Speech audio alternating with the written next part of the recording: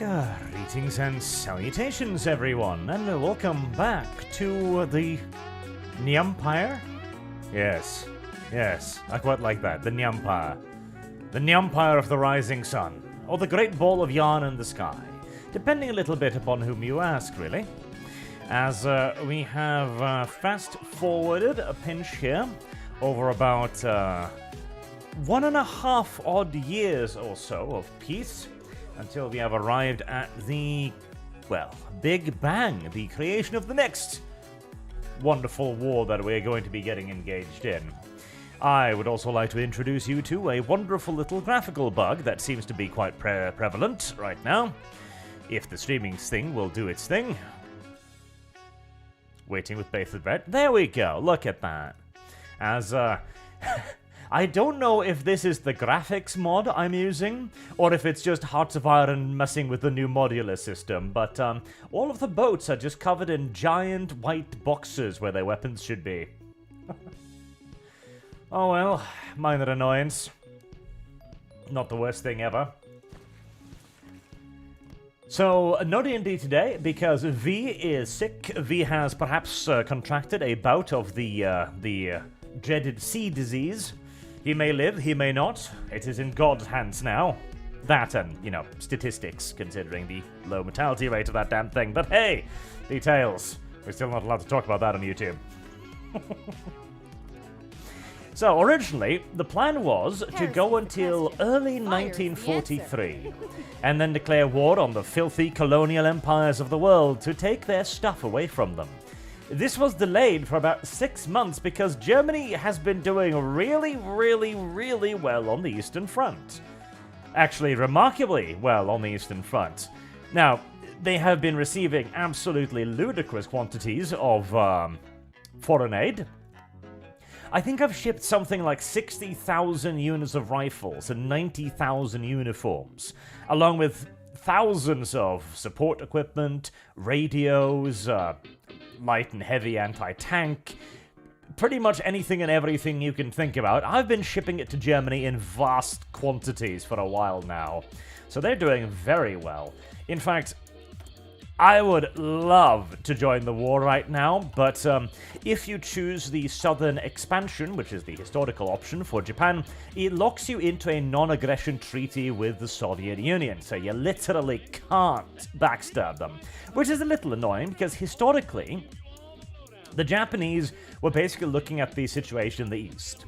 And the Japanese plan was that if the Germans managed to seize Moscow, or like seriously seize Stalingrad and the surrounding area, then the Japanese were going to join in, because they viewed that as basically to be the end of the war anyways, and they would like to get on in with it and get whatever bonuses they could get a hold of, really. Grab a little bit of territory here and there. Kind of like Mussolini and his ideas of, what was it, 12 million bayonets or something. Was it he said? It doesn't really matter who wins or loses the war, it is dishonorable not to fight it. Turned out to be a rather shitty idea for Mussolini, but hey, you know, in theory. Ornu donates $20, thank you very much, sir. I just had a burger. Conquest successful. Unironically, the Americans' ability to just bring ice cream and whatever else to the front line was one of the single most demoralizing things for the Japanese soldiers. I'm sure we'll talk about. So, the front towards India, or Burma, more correctly, is already getting opened here. For reasons unbeknownst to me, the Allies were committed to a mass move literally an hour or so ago, so they're redeploying pretty much anything and everything, which is why I elected to launch my assault right now. I believe they're going to regret this decision. I should have pretty severe air superiority, honestly. The naval part is going to be the most difficult one, because you never quite know what the filthy, dirty Amerikanskis have bumping around in the waters these days, honestly. That could be a real issue. Speaking of issue, we're going to assign you guys to a port strike on Singapore, as I would suspect the filthy, dirty Amerikanskis is going to have a thing or two bumping about in those waters. And some naval strikes on these naval areas here.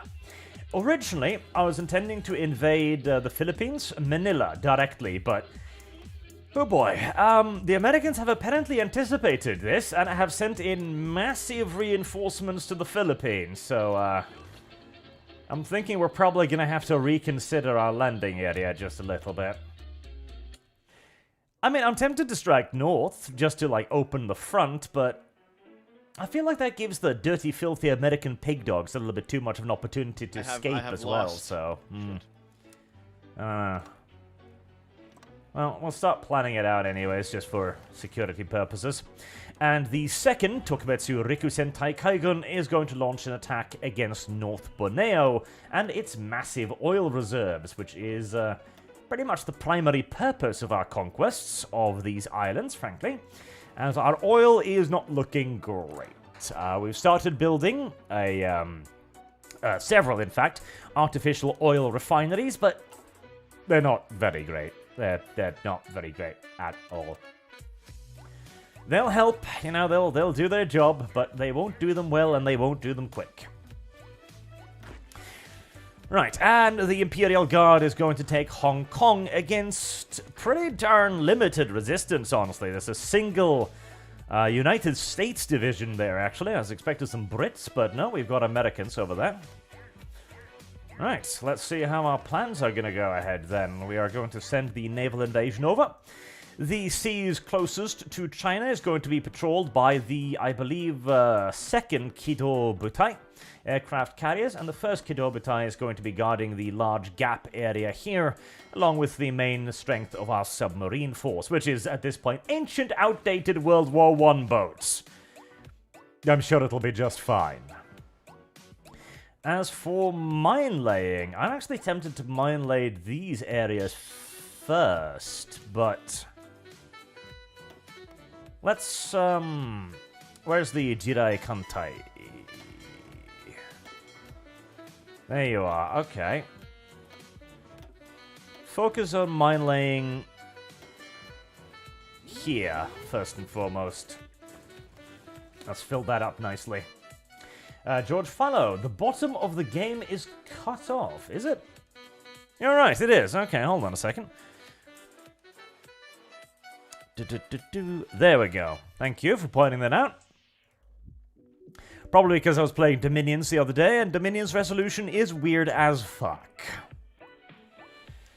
Right, let's get to it, see what happens. I'm imagining this should work out pretty well, and the offensive against the forces in Singapore should also be pretty painless. Trade with Mexico has halted. Yeah, I imagined as much. Right, anybody else willing to sell me some oil? Venezuela is, okay. Venezuela and Peru. Right, very well.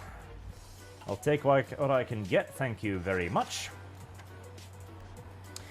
And yeah, I was about to say, the steel situation should not be as bad as it... Ooh. Hello.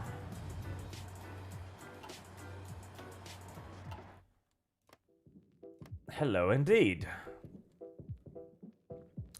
Major American fleet's forces was in central Malaya. Why? Unironically, why?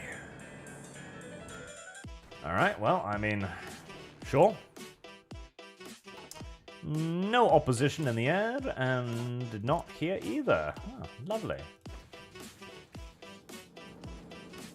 Okay, the initial moments of the Japanese blitzkrieg have been quite good so far. How's our naval landing forces? Unopposed! Oh, brilliant.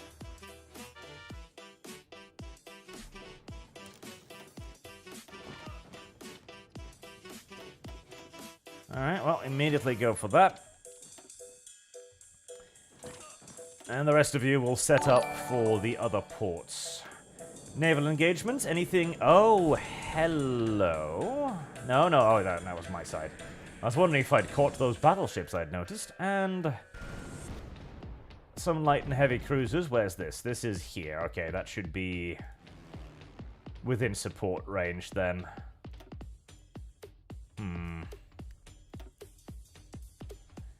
Yep, there we go. There's the Kido Butai. They should be able to wipe the floor with the small American forces very, very, very easily. Nice. As for China, by the way, China has stabilized relatively well, honestly. It's doing okay. It's eaten something along the lines of, I think, 50,000 garrison equipment, so at this point, it really should. But they've managed to bring the distress down to a gentle simmer at 26% odd. yeah, the war in China may technically, theoretically be over, but that doesn't mean that there's going to be peace in China anytime soon, I'm afraid. Oh no. There shall not be peace in our time.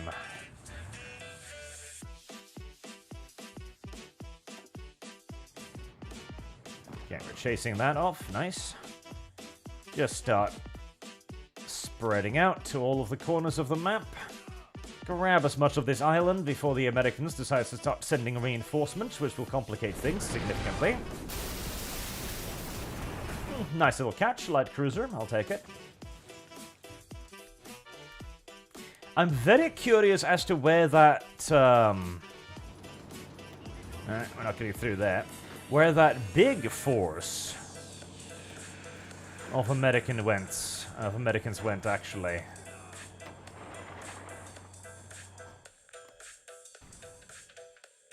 Because there should be a fairly sizable battleship formation around here somewhere. Alright. The Indians are rallying surprisingly well, considering they have absolutely no air support. Annoying. Alright, you're gonna try and break out up there, are you? How long until you get there? 4 days. How long until you get there? 1 day. Aha. I see we still have a little bit of the good old-fashioned they move at the speed of lightning thing going on. Right, well, try and cock block that a little bit. And we've cut off their northern advance anyway, so that's fine. Oh no, speaking of our ungodly logistics, has there ever been a god of logistics? I know snout in old world myths, but I can't think of a single one. The god of logistics. The closest you'd probably get is gods of fertility, I'd presume. Because that's, you know, kind of in their ballpark, even though not really, I suppose. And there's a lot of the... Hello? Okay, well, there's where that big fleet went. And it managed to catch... fucking 10 escorts. Jesus Christ, okay. And he managed to kill them all before the Kido Butai got up there, too. That's annoying. God, I miss the old system where you were able to, you know, retreat from enemy forces like that, rather than leaving it up to the AI to hopefully retreat at some point in the not-too-distant future. Alright, well, if you're over there, we're going to start bombing that area. And we sniped off a destroyer that was retreating. Very nice. I mean, surely... There we go, there's the battleships. Right, the Kido Butai has caught up with it. Feels a little optimistic, honestly. The USS Alabama, the USS Washington, and the USS Massachusetts. I mean, I'm not loving the organization of power here. Oh, hello, the battleship fleet has joined in as well from my side. That'll even things out quite a bit more. A heavy cruiser and an escort ship has been destroyed. We've lost 2 destroyers, most of which are... I feel like our carriers didn't need to run quite so quickly there. Another heavy cruiser. Alright, two destroyers for 2 heavy cruisers and escorts. I'll take it. I'd prefer a little bit more of a victory, but I'll take it.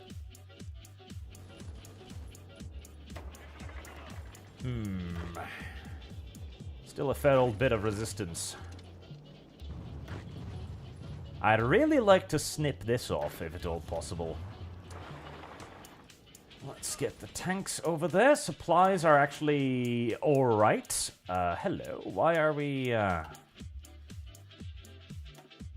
Did I not set up bombing? Yeah, I did. Okay. Is there anything down here? There isn't. Okay, fighters. Deal with that. Now, of course, the US Navy would not be deployed quite so far up in history because it would be, well, mildly retarded, honestly. But, why are you sitting there? I was pretty sure I ordered you to go over there. Please, please go over there. Please don't let the Indians escape. That would be retarded, extraordinarily so. Meanwhile, squeeze! Thank you. How's this going? Pretty good. Alright, let's send in half of the light rifles. Right. Hold on. Did that say what I thought it said? 100% chance of being detected and intercepted. Uh-huh. Okay, maybe not.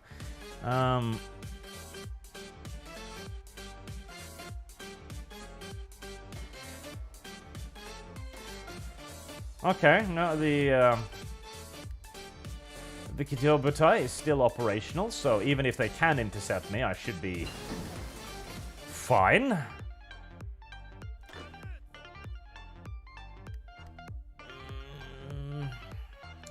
We'll hold off on it in a little bit, shall we?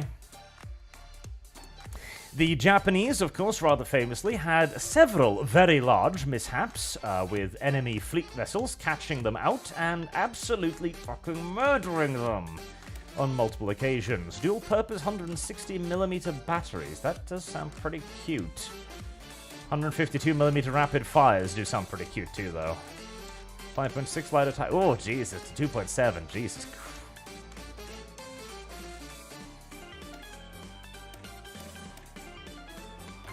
Yeah, we're gonna go for the big ones, I think. The Kingdom of Hungary and Iraq want non-aggression treaties with me. Okie dokie then. If you say so.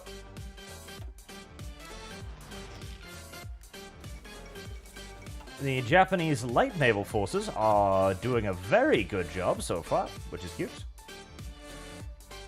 See, one of the issues with the Japanese, yet again, was that they had their coding systems hacked very, very early on. Not hacked, deciphered, more correctly, but you get my general drift. And they didn't figure it out at all. Despite the Americans thinking that they had made it pretty clear when they, amongst other things, assassinated Isoroku Yamamoto, of course, who was shot down en route to inspect a Navy position, where his transport aircraft was intercepted en route and destroyed by, was it P-38s, I think? And the Americans thought that that would, that will tip them off. There is no way that will not tip them off. Well, turns out the Japanese were a lot dumber than the Americans gave them credit for. Now, the Japanese suspected, and after that they did indeed forbid high-ranking personnel. Screw it. Come on. Go for it. From, what was it? From announcing their travels. So high-ranking personnel were no longer allowed to remark over the radio that they were going anywhere, which, yeah, makes a certain amount of sense, everything considered. Speaking of, what should I be researching? I mean, probably logistics. Or maybe we go... I really kinda don't want to go for anti-tank weaponry, but I should.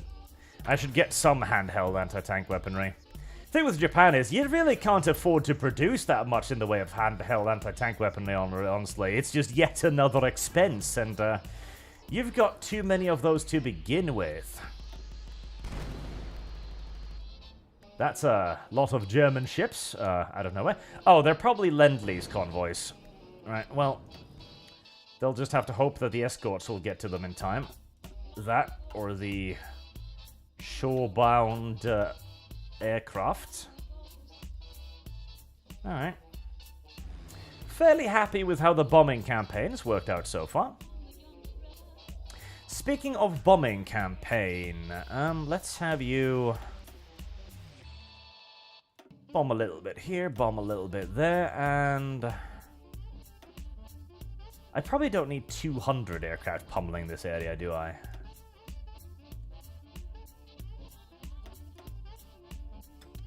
You guys, switch over to that. And...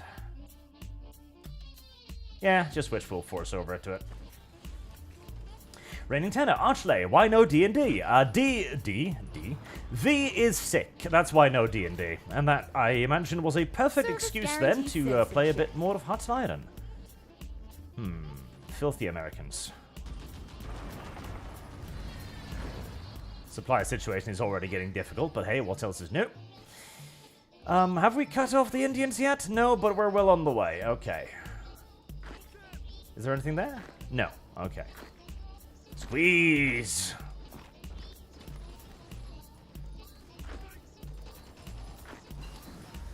The Indian army may not seem like that big of a threat, and in many ways it isn't, but you need to take into consideration, unread port strike.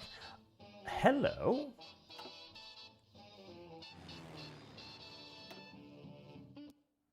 Okay, yeah, sure. If you see an opportunity to bomb some ships there, go ahead. I'm sure as fuck not gonna stop you from doing that.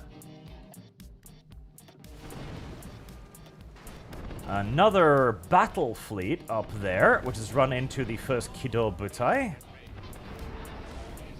Lost another destroyer and trade for a heavy cruiser. 2 destroyer for a heavy cruiser and another destroyer.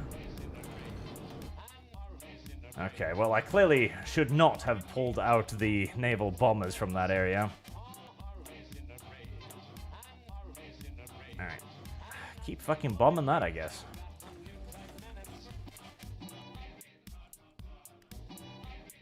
They're poking at me. And again, I'm fairly happy to trade a couple of destroyers for a heavy cruiser. I just wish we could get a hold of some of those battleships that are pissing me off. Yeah, we got a bit of a running engagement here. The bombardment fleet has joined in as well. Yet another destroyer gets sunk. 2 destroyers to 1. Come on. God damn it. 2 destroyers for 2. And again, okay, well, we're a lot faster than them, which is nice. Come on, stick me some battleships.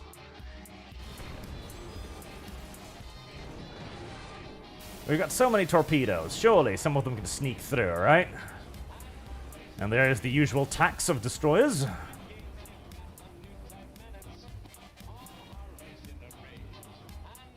Three destroyers and a cruiser. Come on, stay on them. There you are. Come on, come on.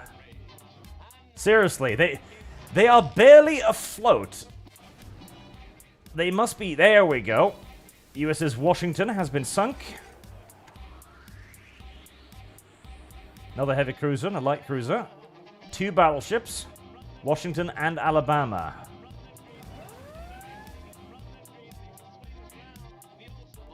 That's more like it. Alright, I'm significantly happier about that now. And we're starting to run into resistance down here, aren't we?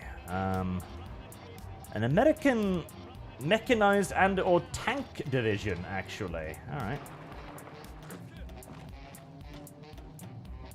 3 of you, go deal with that. And we sniped a heavy cruiser there too.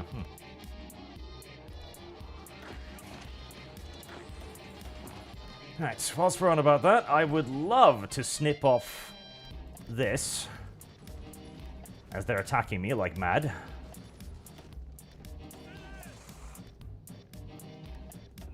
But I'm not feeling like attacking any of this will work out well for me. Okay, you can surely get that. Yes.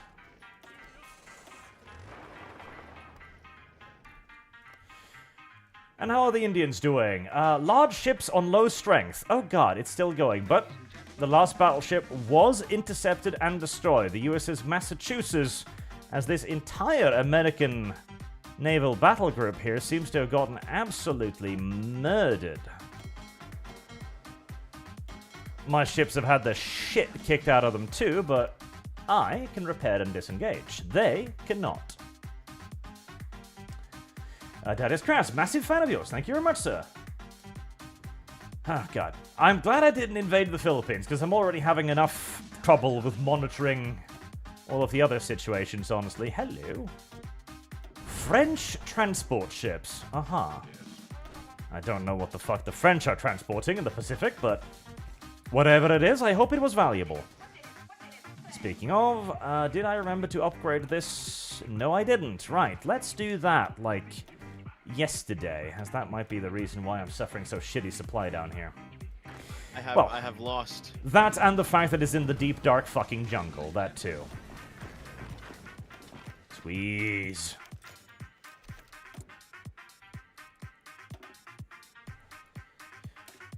Charcoal engines, yes, because, you know, you can run cars off charcoal, apparently. But yeah, I was going to talk about one of the amusing little things when it comes to the supply situation. And I really should get Catalyst cracking going too. After one of the big battles in the Pacific, this was one later on in the war. Very nice. I mean, that did cost me a fair few destroyers, but compared to what I killed... Very nice. Very nice. The New Jersey got sunk by the second Kidobitai. Right, okay. Well, the naval campaign is going fucking smashingly so far. One of the later battles, and that did improve my supply situation, yes. After the defeat of the main Japanese forces on the island, there was still quite a lot of stragglers left. And this might have been in the Philippines. I can't remember exactly. God, is that not enough to get through there? It isn't, is it? I have lost.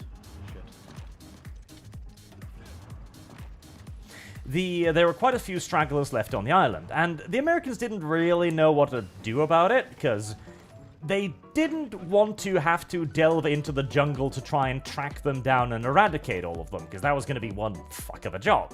So they largely just figured to themselves, you know, they're scattered stragglers, we're not really going to care all that much. And so they just started setting up base there. I think it was, it could have been Okinawa. I think it might have been Okinawa. Yeah, I think it might have been Okinawa. And so they started constructing their bases. And the Japanese, still stuck in the woods, were absolutely aghast at what was going on, because this was part of the sacred homeland, right? So that immediately was a little bit like, my God, look at what they're doing to our beautiful Japan. But then they started noticing, with ever-increasing horrification, that the speed at which the Americans were building up their base was just absurd compared to them. Within literally like weeks and months, the American base had grown to such a scale that it had an enormous recreational area. It had soda fountains, it had ice cream stands, it had fucking McDonald's practically, right? The meme of Iraq being invaded and there's a McDonald's on every street corner. That. And to the Japanese forces still scattered and starving in the jungle, they were looking at this and going like, what the fuck are we fighting? They're bringing in soda machines. We didn't have enough rice to feed ourselves, and these motherfuckers are making ice cream in the jungle. Can you fucking imagine? It was one of those moments of absolute absurdity. Like, we've got some of the surviving, like, diaries of Japanese troops who looked at this, and it was like seeing fucking Martians, right? The Japanese troops are being taught again and again, you know, the Americans are weak, the Americans are soft, they can't live a day without their Coca-Cola, and so on. And they used to scoff at that, like, ha ha ha ha, silly, filthy, dirty Americans can't live without Coca-Cola. This is how we will defeat them, because we have stronger spirits than them. And then you're looking down at this and realizing, oh, they can't live a day without their Coca-Cola, because they don't fucking need to. They have built an American city on a jungle island in months. And that, more so than anything else, was so incredibly demoralizing that the majority of the Japanese would soon just come out of their hills and surrender to the Americans.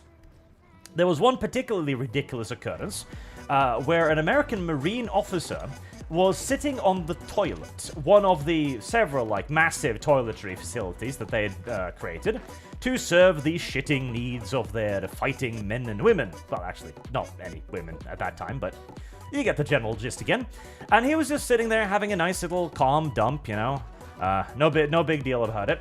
And a Japanese person arrived, out of the bushes, with his rifle in hand, and this guy is just well, that's how I'm gonna die.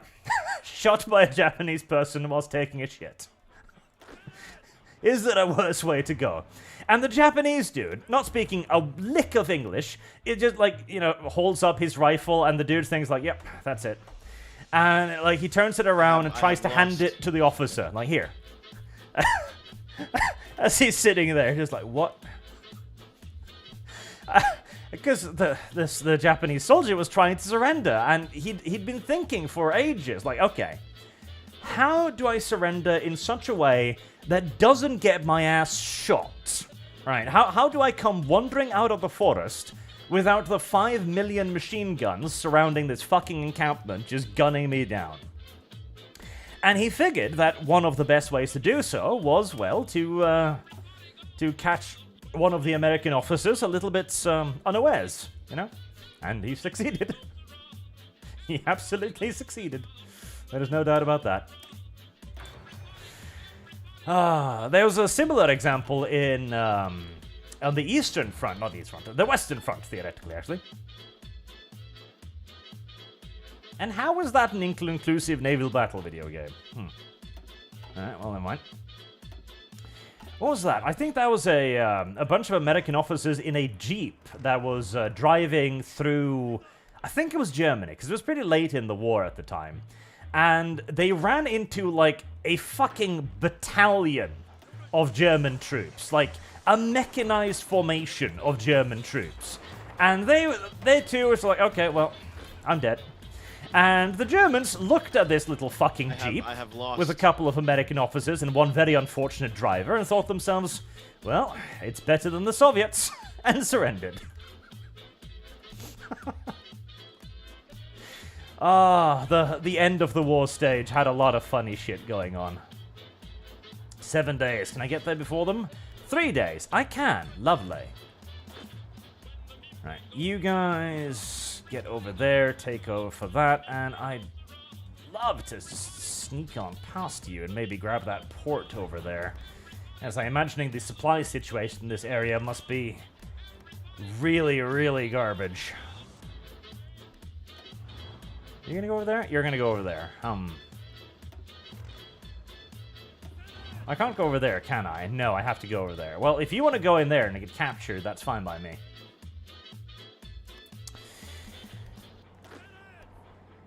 Alright, Americans, I recommend you throw down your weapons and surrender, because if you do, you'll be taken to a Japanese prisoner of war camp, where your lives will be extraordinarily terrible, until eventually you'll be worked to death. I know, it's not necessarily a lot to look forward to, but what are your options in this scenario? There are surprisingly few options, honestly. See, again, if you're going to get captured in the Second World War, Americans, though that's your best bet, no doubt about it. British, a close second, though they will abuse your human rights quite frequently. And, you know, they might cause you to die under mysterious circumstances as well. The Brits absolutely did that too. Soviets is a distant third. Then comes the Germans, depending upon your race. If you're Russian, don't get captured by the Germans. Terrible idea. If you're anything else, you've got an okay-ish chance. You know, if you're British or German, or British or American, you've got an okay chance there. But never, ever, under any circumstances, become a prisoner of the Japanese Empire. Believe you me. It's a really shitty set of circumstances to find yourself in. The French have, for some reason, decided to transport enormous quantities of shit through the torpedo-infested seas of the Bismarck Sea. Right, well, their loss, I guess. Reigning Terror, for some reason, yesterday I wasn't able to give you money on YouTube.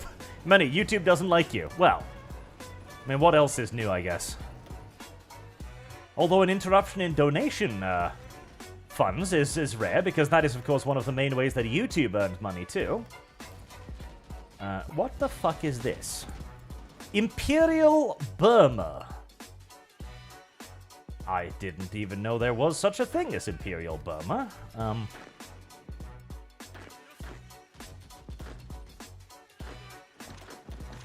But it seems to be keeping the Brits busy, so... whatever. Oh, Germany, you want to buy more shit, do you? Okay, that's fine. Simon Hunt, what the absolute ha is that stream title? Also, Primaris means are a logical refinement of the process that the emperors didn't have time to perfect. No, they're not. They're a plot device. Pulled out of the deep, dark, and... What? Why did you randomly retreat there, you dumbasses? Because to be able to logically improve upon something means that you need to understand the underlying logic of improving upon that thing. And nobody seems to understand the first thing about improving upon the Space Marines, so the idea that somebody would simply come along and do so is in and of itself a little bit retarded. But the stream title is very obvious. It's natural. It's a follow-up on what we're currently doing. We are conquering the Pacific, and we are doing so with the Japanese, which Nya. They do. Significant Marshall Island. I could not care less. Like, we would like this insignificant piece of dirt in the middle of the ocean, please. You're welcome to it. I would much rather like this than this very significant piece of dirt in the ocean. Boy, they are sending in quite a lot of shit over here, aren't they?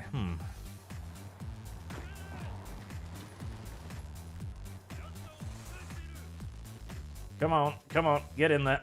I want that port.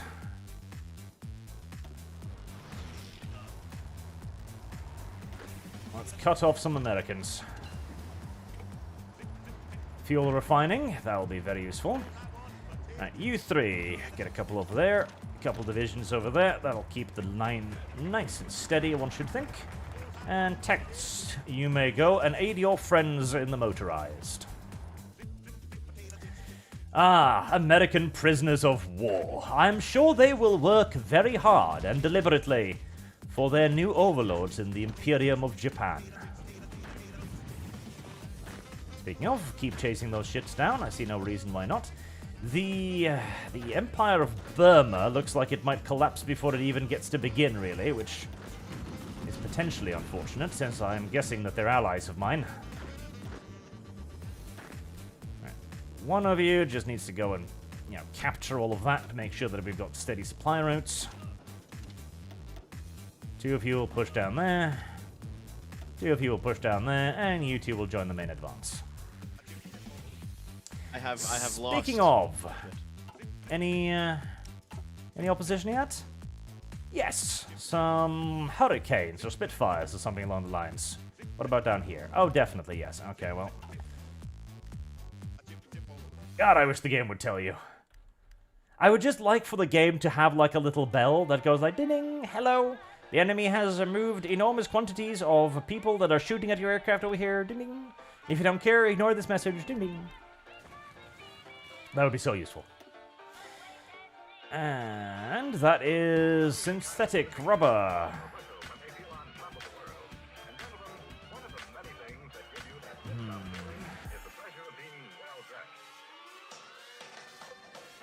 Do I want to dedicate that long?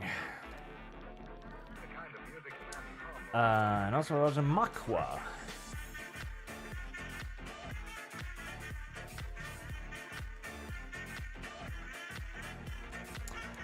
That's a lot of... Here's how to prove... replace resource war with fighting the resource war. What is the resource war? Resource war. Minus lots of stuff. That's a long time to dedicate to that, though. Is there anything more useful to do instead? Improved national spirit, daily political, division organization, +5. Base stability, war support +5.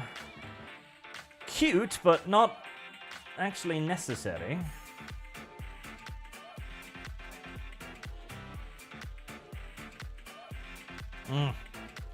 Well, we shall move towards fighting the resource war then.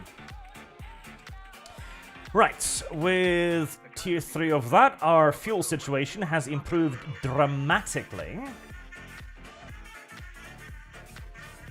Fuel refining or advanced oil plant? That's only 80 days, so that's a pretty obvious question. Darius Krazak, what GPU you're running? Looking to get 4070 or 490? You might as well ask me about my car. It's a Mercedes. That's all I know. A very expensive one. Yes. My knowledge of computers is limited to the price tag, and it has served me relatively well so far. Open armor. Do I want that one? I do. I do want that one. All I know is that it has 8 cores. There you go. I hope that helps. Probably doesn't. Right. You're going to keep up that. Did we finish this? Yes, we did. We finished this round. Okay. Ah. The aforementioned cheap labor. Lovely. And we might be able to... Ah, that's a lot of shit in Singapore.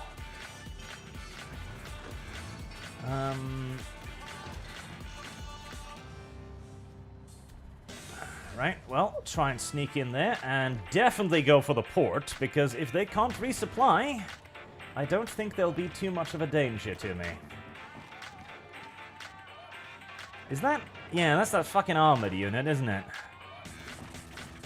Let me guess. Attacking that's going to be really sucky, eh?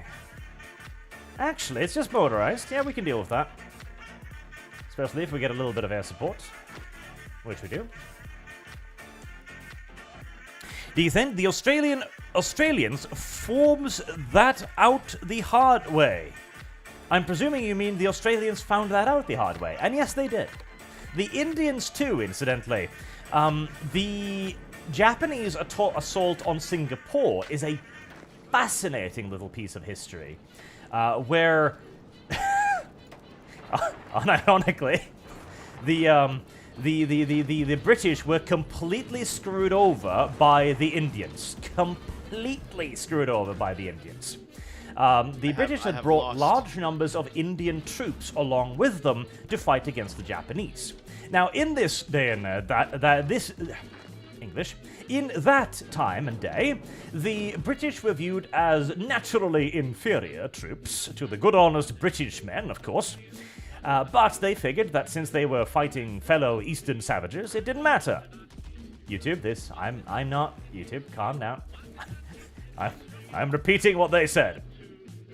The only problem was that the British troops themselves had only recently been raised, and didn't really have a whole lot in the way of training, or a whole lot in the way of, well, planning or explanation for what on God's good earth they were...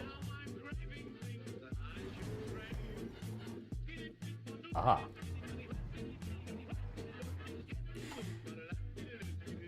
Well, that was interesting. What they were actually going to be doing. And their vaunted British officers, which were going to make sure that they understood their tasks and duties, etc., they too had not really taken it particularly seriously, because they also figured that they'd, just be fighting little yellow people, and thus didn't really need to take the task particularly seriously. It turns out that the little yellow people were far more prepared for what was going to go down than the British were. And this led the British Indian troops to rout en masse the moment they so much as heard that the Japanese were approaching. It didn't help either that the Japanese had, had pretty much complete superiority in the air, and frankly on the land as well. They were much better trained, much better motivated, and had a much better idea of what they were actually going to do to overcome the fortress of Singapore. It also really didn't help that the Brits too believed that Singapore was impregnable, despite the fact that the guns of the mighty bastion of Singapore only pointed one way, out to sea. How, on God's good earth, the British believed that the guns that only pointed out into the ocean was going to protect them from a land invasion is anybody's guess. And so the Brits were handed one of, not just one of, I think, the single most humiliating and massive defeat in practically their entire military history. And to make things even worse for the people at the time, it was at the hand of the Japanese. Which most people, including the Americans too incidentally, thought would be just a complete walkover. In an example of one of the worst timed statements in human history, the chief of the Navy, whose name I'm forgetting, in America, he had an interview with Collier's magazine, which was a very, very, very, very, very popular magazine at the time, about the state of the Navy and whether or not it was ready for a war.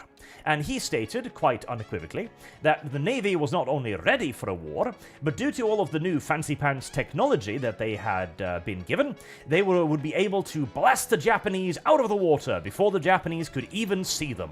6 months and we'll be in Tokyo, he said. And then Pearl Harbor happened literally the day after this interview was released.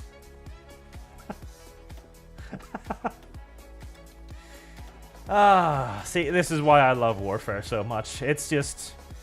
It is literally just a long, long series of reality taking the absolute piss out of anyone and everyone it can. That's all warfare is. It is one massive in-joke.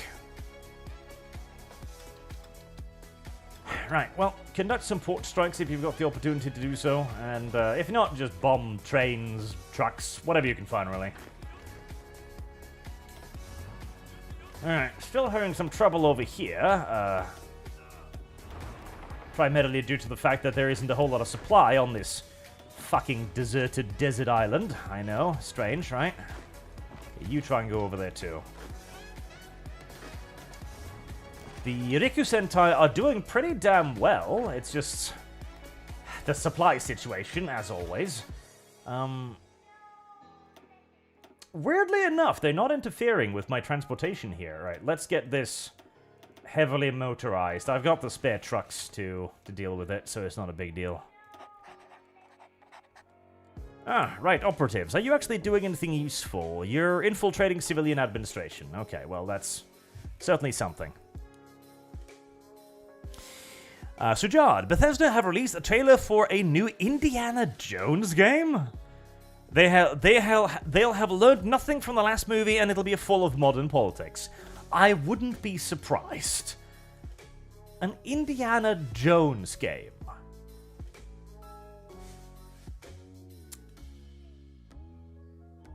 I don't know how to feel about that. I mean, I'm not opposed to the idea. Like, there's nothing, you know, naturally bad about an Indiana Jones game. It's just, you know, it's the current year. And I feel as if Indiana Jones is just not really a very relevant character at the moment.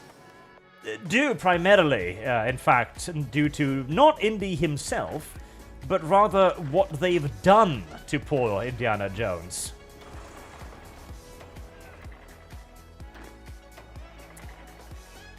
I'm not sure how to feel about that. It's like, I don't hate the idea, I'm not entirely sure how I could imagine it being good.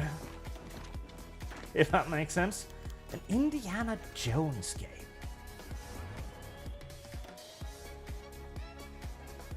I'm kind of trying to think, like, who would even, like, be interested, honestly. Like, I suppose you could argue that the Indiana Jones fans would be interested in Indiana Jones game, but I also then will kind of look at you and go, like, Indiana Jones fans, are we entirely sure they still exist? Are you entirely sure that the last Indiana Jones fan didn't die with Sean Connery? I don't know. Maybe I'm the one out of touch here. Maybe Indiana Jones is still a really hip and popular entity with the kids these days. Who knows? speaking of hip and in with the kids, let's have a quick look at the naval war again. I mean, everything seems to be going pretty gosh darn smoothly.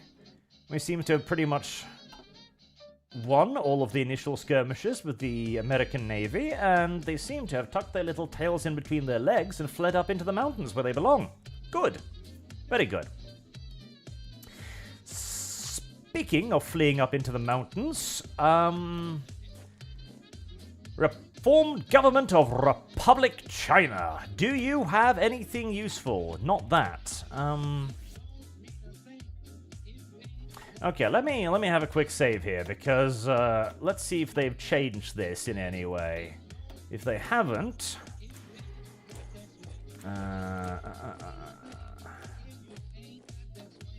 Right. That'll do. Duplicate that. Right, because I believe I might be able to save this into my stuff and use this as my infantry division, if I remember correctly. Okay, so you're gonna need a logistic detachment. You can have cars. Actually, you know what? No, I don't have the fucking fuel for that. You get horses, like everybody else does, okay? You get fucking horses. Be glad you even get horses, right? 120. Expensive. And a signal detachment. You're going to need that as well. Support anti-tank cav. You know what? You don't necessarily need that. If anything, get yourself a heavy anti-air battery and medium anti-tank. Right, if I save that now, I believe, yes, there it is. Now, does this... It doesn't do it... No, it doesn't do it the way I think it does it? It doesn't, does it? God damn.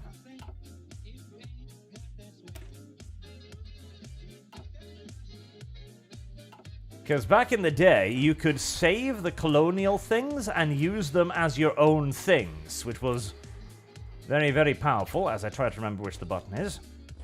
Yeah, because that is now not a colonial template. Damn it. How very unfortunate. Okay, we're going to have to cheat a little bit then, where we're going to load up a game as China at one point, and we'll try and make their divisions slightly less garbage. Because I feel like this is something that the Overlord should be able to do. They should be able to go to their nation and go like, no. Listen, we kicked your ass in a war because our divisions are a lot better than yours, right? And due to this, we're going to tell you how to construct them. And I feel like the Chinese, considering they lost about 5 million men in the last war, would pretty much just kind of nod and agree at that point. I don't feel like they would give me that much sass, honestly. I really don't. Reigning Terror, weren't the Japanese super brutal since they'll torture you because you dishonored yourself? Also, what's the background music? I haven't the faintest clue. I'm not even joking. I was looking for music that would be thematic to like this era, and I couldn't find, like, because originally I was thinking like, okay, let's get some like 1920s swing music, right? That will be great. And I couldn't find any swing music that wasn't copyrighted out the wazoo, basically. And so eventually I found some playlists with electro swing. So this is just like a collection of electro swing music that I found in a larger playlist. And there goes Imperial Burma. Right, well, Imperial Burma will live on in our hearts. Service guarantee citizenship. Did they just... Yes, they did. They somehow then reclaimed all of this, which, incredibly annoyingly enough, somehow cut off all of my troops. Aha. Right, well, that's infuriating. So I can't really give you specifics, unfortunately. That is unbelievably infuriating, actually. That's the dumbest thing I think I've ever seen in quite some time, actually. Right, well, I'll still have some supply leniency, so... Oh, you do have an escape route, don't you? You little dirty shits. I thought if I closed that, you would actually be stuck up there. You aren't you? You little bastards. Unfortunate. Tsar Boris is dead. I don't know who Tsar Boris is, but I probably mourn his passing. Oh, hello. I didn't see you there. Ah, damn it.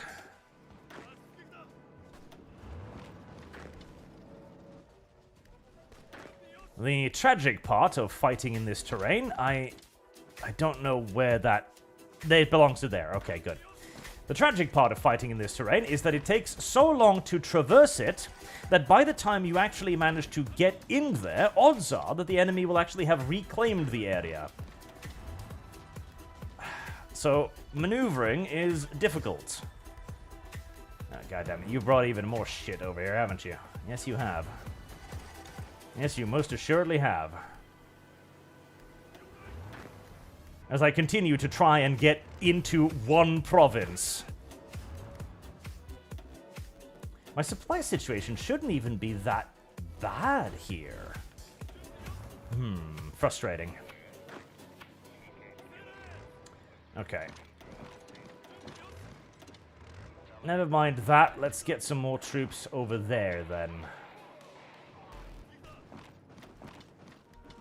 And we'll just try to close that out. Singapore! Right. I'm feeling like this isn't really gonna work. But at least not like that. Let's get you out of there.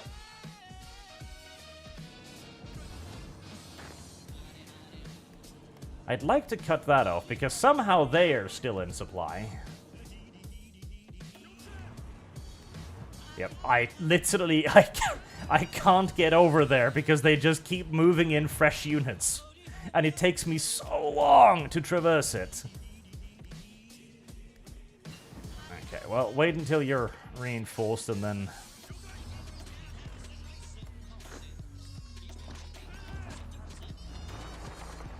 I'll try one more time. I need something to speed up my troops. That's what I need. Right, you're just going to keep working on that. And I'm not even going to be bothering... Army fuel capacity, supply grace. Supply grace. I mean, that's neat, but it's not very functional. None of this really helps me out, does it? Orglos when moving is nice, but... Command power, yeah, none of this is actually all that worthwhile. And all of it takes a year and a half.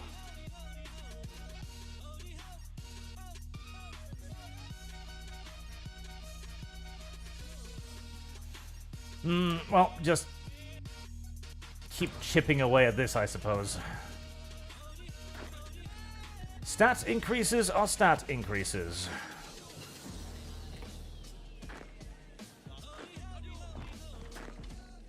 Right, that will fix up the worst of the dumbass supply situation for the time being.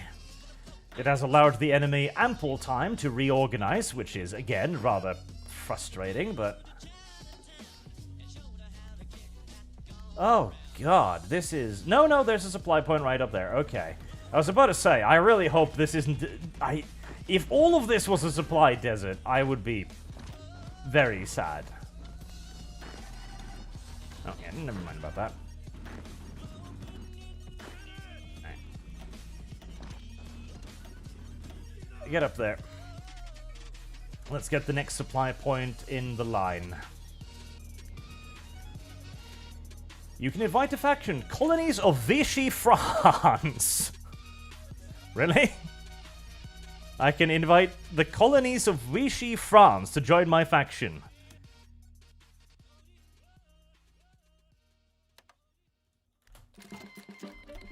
Why not? Why not? Why not indeed? Would you like to join the Greater East Asian Co-Prosperity Sphere, France? Yes. Yes, France would in fact like to do that. Alrighty then.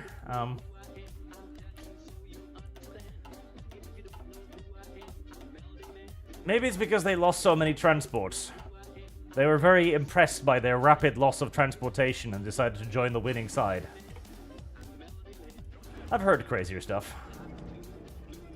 How long is it? It's gonna take you 17 days. God, it's gonna take you a fucking month to traverse that one area.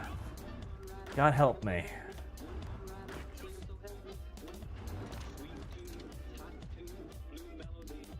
And by the time you've traversed it, of course, there's going to be a brand new unit waiting for you.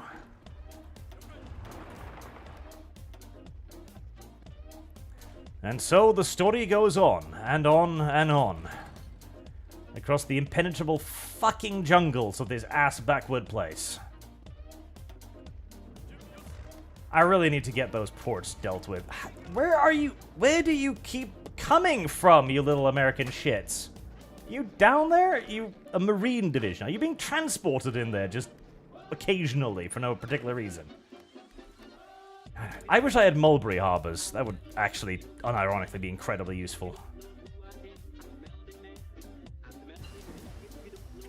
Carrier. Large. Good.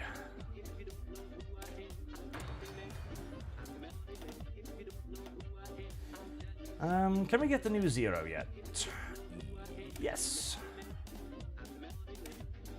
Is it better? It has shorter range, higher air defense, agility, higher air attack.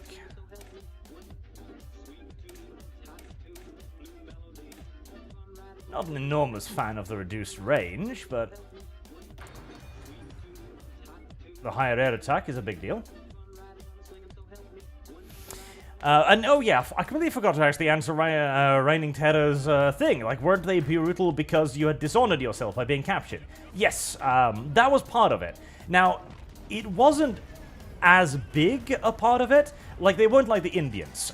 The Native American Indians would actually torture people, not just because they were, you know, massive savages. That was a part of it, mind you.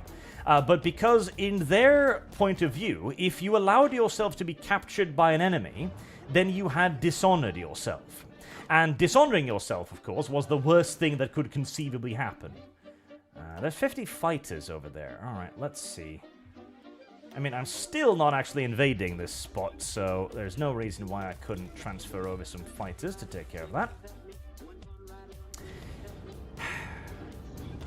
I don't even really want to attack this. I'm already in red supply here. Alright, motorize that. Yep, demotorize that. Let's see if that brings me up to supply.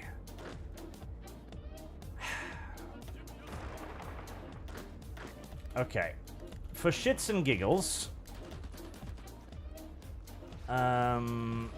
Yeah, no. Yeah, absolutely no. 242 defense. Yeah, no.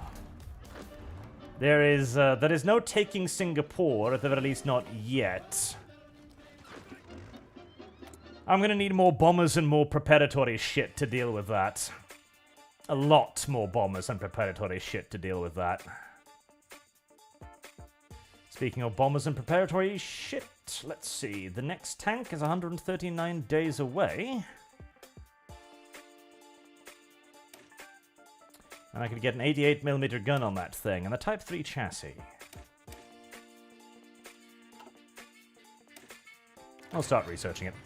I'm not really going to be bothering with the amphibious ones, because, frankly, the amphibious tanks are just not worth it at all, in my opinion. They obviously give you a bit more of a bonus in offensive amphibious operations, which is neat, but they don't give you enough to make up for the fact that stat-wise, they're just a lot shittier. They would need a much, much, much bigger stats bonus to be... And that's a fair few more fresh units moving in there. To be useful as a replacement, in my opinion. God damn it.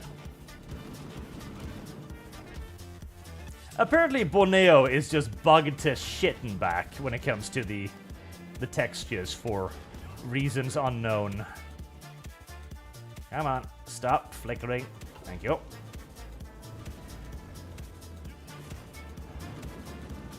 Ah, yes. And of course, the moment you actually do manage to move into a new territory, the 17 divisions on the other side, which are also queued up to move into that territory, will immediately counterattack you. And since you will be on 0 organization because of moving, they will instantaneously rout you as well.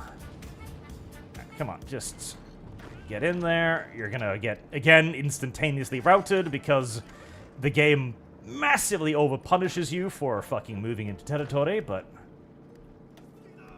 Right, that's dealt with, and we can crush that unit, and we killed the other unit, so... One fucking step forward. A small step it might be, but it is a step. Rest assured.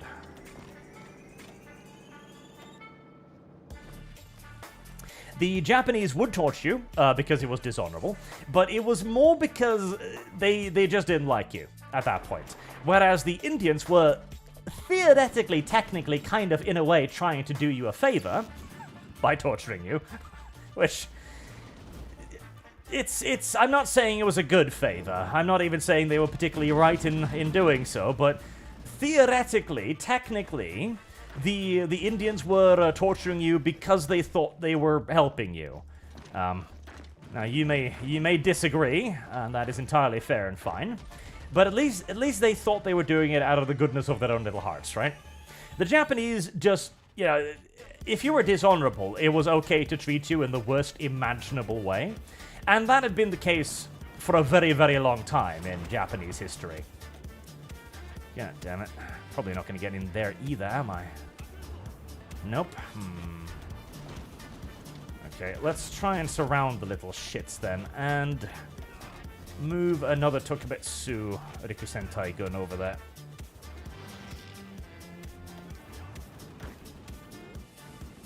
See, I'd really like to be able to choke them out sometimes, you know, sometime this side of the century, but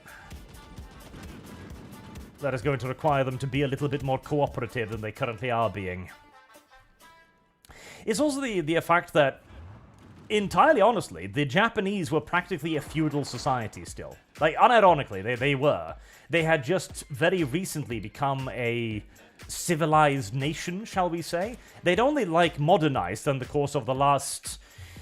what was it, like 50, 60 odd years? Like, no, at that point it was probably... yeah, no, 50, 60, 70 years. So they hadn't been, like, a modern nation for very long.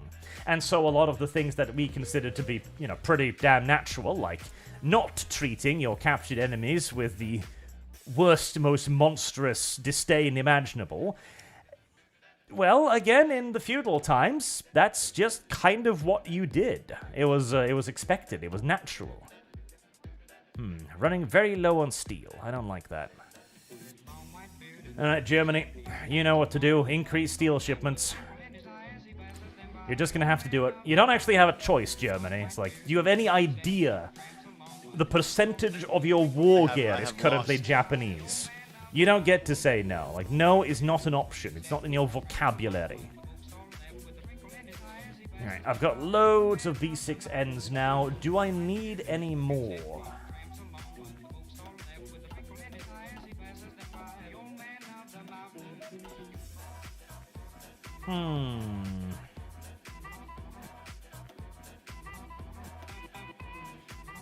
Okay, you're done training. That's lovely.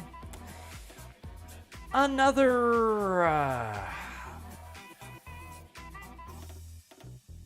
200. We'll start training up another 200 for use in the Pacific. And then we can reduce the factory demands there a little bit. Which will let me cancel a couple deliveries of that, while still maintaining operations. Good. Dethen, are you going to invade Australia, Mr. Arch? Probably yes. At least I'm planning on it. I'm hoping to get a little bit more of a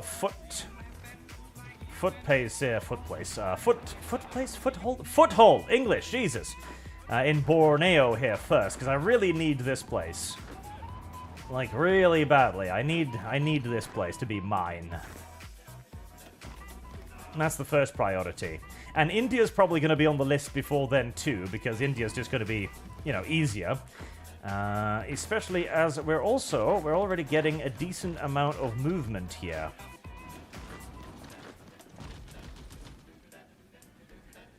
The move into India is always going to be slow and shitty. How's the 72 to 55? Not great. Air attack is lower than the air defense, and speed is lower as well. Not great indeed. The downside, of course, with using naval fighters is that they are going to have less stats. Right, let's transfer over 300 more fighters. If we can't win with quality, we will win with just sheer good old-fashioned numbers. Nice and simple. And the resource war. That too will be a very nice boost to my income in resources. Australia as an invasion target. See, I very much so doubt the Japanese would actually have bothered to invade Australia because there's not really that much to gain from invading Australia, to be entirely honest. Like, does it have resources? I mean, some, sure. Does it have enough resources to be worth the expense? Bearing in mind, you're going to need to bring a lot of troops to invade Australia. Not just because you need them to, like, defeat the Australian army, which would be basically non-existent, but because you'd need to occupy Australia. And, oh, hello there. Did you withdraw your forces out of that dock there? Oh, you did. How very amazeballs. How very fantastic. That is a very good thing to hear. That means I can take it. That means you've got one less spot to bring in, you know, endless stream of supplies. Alright, why are you not reinforcing? Is it because we're... No? Why aren't you reinforcing? It's probably the handheld AT shit, isn't it? Yeah, it probably is. Okay, fine, fine. We'll start building some handheld fucking AT. Well, no, we've got a surplus of it. What exactly are you... You see, instead of sounding like this... Mountain artillery. Mountain artillery? It must just be that it can't reach them in sufficient numbers. Yeah, that's it. Okay. Speaking of, I haven't instituted policing actions in this area, have I? No, I haven't. Well, fuck me for being an idiot. The biggest issue with invading America, or in America, with invading Australia, would be pacifying Australia, which would just frankly really, really goddamn suck. And after the experiences in China, where, well, again, the exact same thing happened, where they were forced to occupy vast areas and waste enormous resources in trying to keep all of the peasantry from getting riled up and, you know, aggressive, I'm not sure Japan would want to do that again. I feel like Japan would just go like, okay, it's a dumb little island place, just fucking blockade it and ignore it, basically. Because they could absolutely do that. Like, Australia was almost entirely reliant on supplies from America to keep going and keep fighting effectively. So if there was a massive Japanese blockade, it would be very, very, very unfortunate for them. Now I'm thinking I could get a really cheeky surround up here. I suspect they'd just blockade them and just say, fuck it.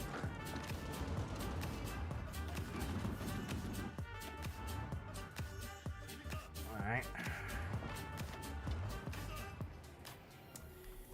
Move, my cheeky little lads. Move, move. Let's see if we can snip off a few more Australians. You two are over there. You know what? You just go back to port. Alleviate the supply situation a little bit, please. and excavation 3. My fuel problems are getting better. They're getting better. Is Manila still heavily guarded, I wonder?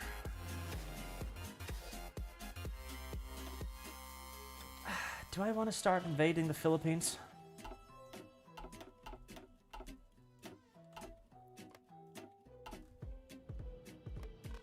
Hello. I'm surprised you did that. British ships. A fairly significant amount of British ships, actually. I'm very surprised they bothered doing that, actually, yeah.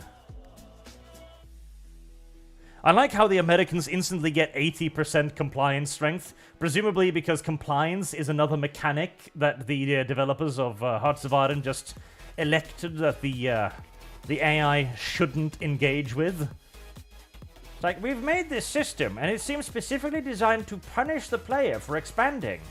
Wow, that seems like a really dumb system. Why did you make that? Well, we figured it would hurt the player. Did it? Yes. But now it's hurting the AI, too. Oh, well, that is unfortunate. How are you going to solve that?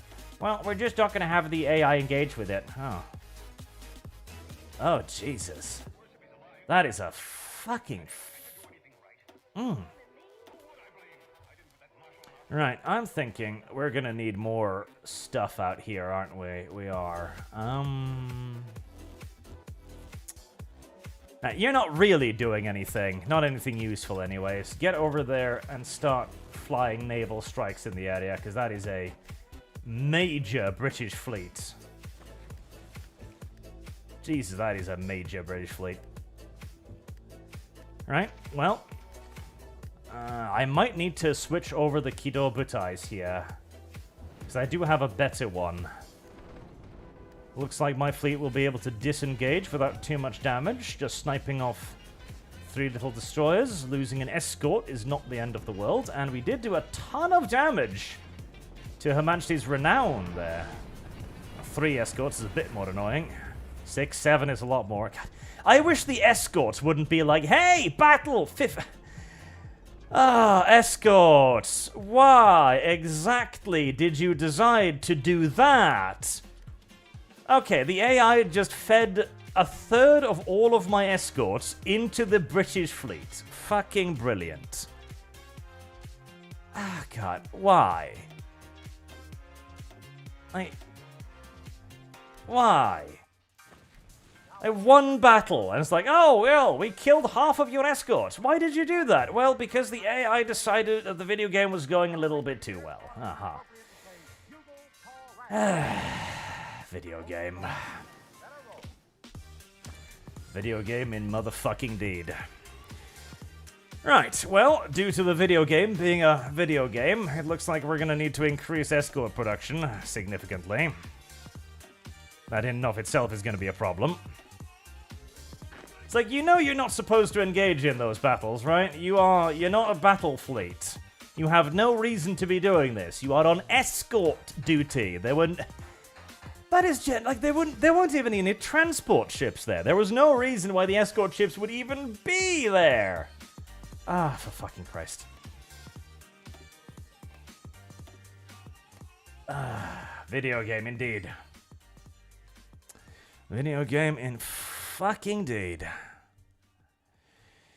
Right, I don't really have the naval yard capacity to deal with that. I don't indeed. I do not. Okay, well, we're just going to play the game without escorts. Simple as. There's no other option. If 20 of them fucking kamikaze themselves in a single battle, then they'll die regardless.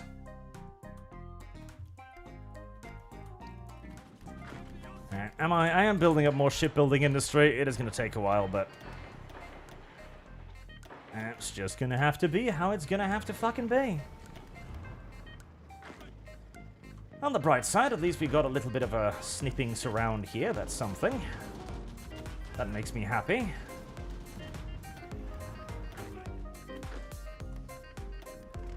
Right, you're still full org.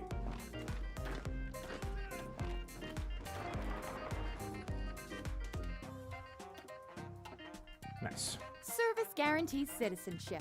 Worst part is, that fleet managed to get away too, didn't it? At least if I'd beaten the shit out of it, I would have felt better.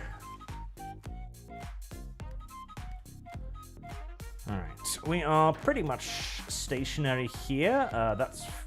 Wait, how the fuck are you in good supply? How the fuck are you in good supply? How... Oh, that one, I guess. No, that's not actually connected via rails. Okay, well... Video game engage in cheating, that's why. Okay, well, you know, I'm getting used to it. Alright, let's see. Where was the rest of my motorized forces? Because I'm thinking we could do something pretty funny here. 4 motorized divisions, right? And get me a couple of the tank divisions up to Rangoon as well. And we'll thin out a little bit of the infantry.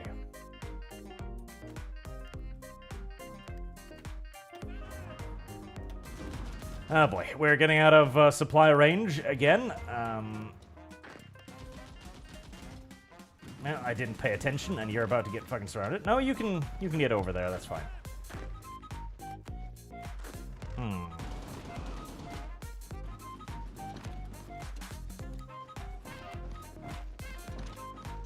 I wish I could. There we go. Oh. Why are you not allowing me to... There we go. Right. Get around there. I'm happy to lure them a little bit deeper inland. Right, so that's where that weird floating harbor thing is. I don't think it's actually a floating harbor. I think the game is just a little bit retarded. But that's where it is, and that is where I'm happy to see it stay.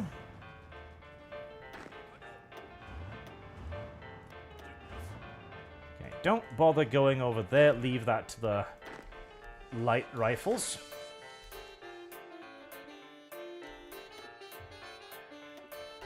At least we're still sinking a lot of transport ships. That's something. One should be happy for the small mercies in life. Oh, that reminds me. If you're all over there, that means that I can do port strikes in the area and start killing your fleets. Because you've elected to put your fleet within range of my naval bombers.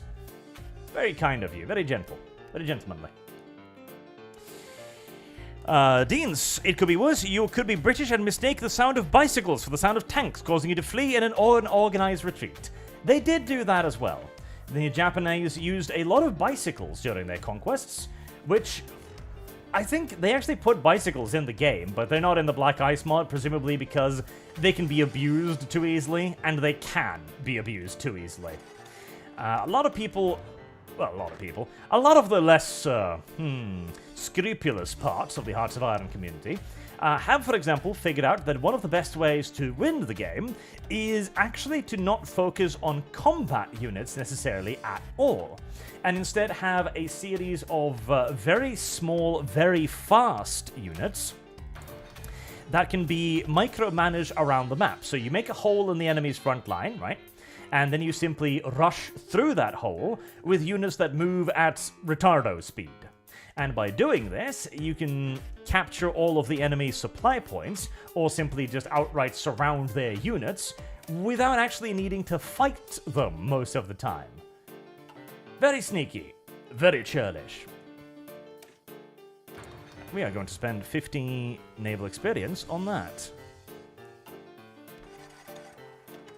Right, are you, you are indeed putting your stuff in port there. Fantastic. Please send the entire Navy over there, please. Just have the whole US Navy just shitting, well, that too, chilling in that one little port area, please. It would make my life tremendously much easier.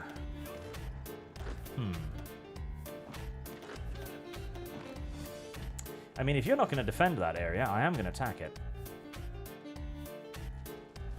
Ah, the Chinese. They're killing off a few of their own dudes. That's fine. That is entirely A-okay. There are a lot more Chinese people out there, after all. Machine decryption. Something the Japanese never truly figured out in the entire war, but luckily this is not that historically accurate of scenario. Forged out of the past and into the present, into the dream of the future. I'm kind of tempted to pull out of this area, but I think I should probably maintain my grip over it just in case, because there might be more American nonsense trying to waffle through there. At least until we've taken over Borneo and the surrounding areas. Ooh, you have made a very large mistake, sir. You have left the defense of your only remaining port in the hand of the Dutch. That is very unfortunate, for you will find that the Dutch are no great warriors. This is true. Well, actually, it's only partially true. I'll say this for the Dutch. They did come up with a lot of excellent pike and shot tactics. The Duke of Orange was a rather famous tactician during the 100-year war, 150-year war or something that the Dutch had with themselves. Because, you know, why not? If you've got nobody else to fight, why not just simply fight yourself? Is there a supply dump on the route? Yes, there is a lovely little port right down there. Alright, come here, little tanks and motorized units and everything else. We are going to commit ourselves to a little bit of a mad dash, we are. Let's make sure that I have enough infantry to actually back up aforementioned dash. Hello? Why exactly is there a single British carrier waffling around here? And why isn't it being attacked and sunk by 5 million ships? Okay, where is it? It got away. Well, that's fucking infuriating. I feel like I deserved to kill that one.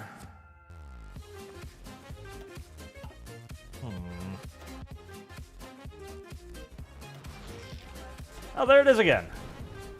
Come on, seriously. Sink. Her Majesty is implacable. Her Majesty is fucking unsinkable, more like. Her Majesty is floating at any cost.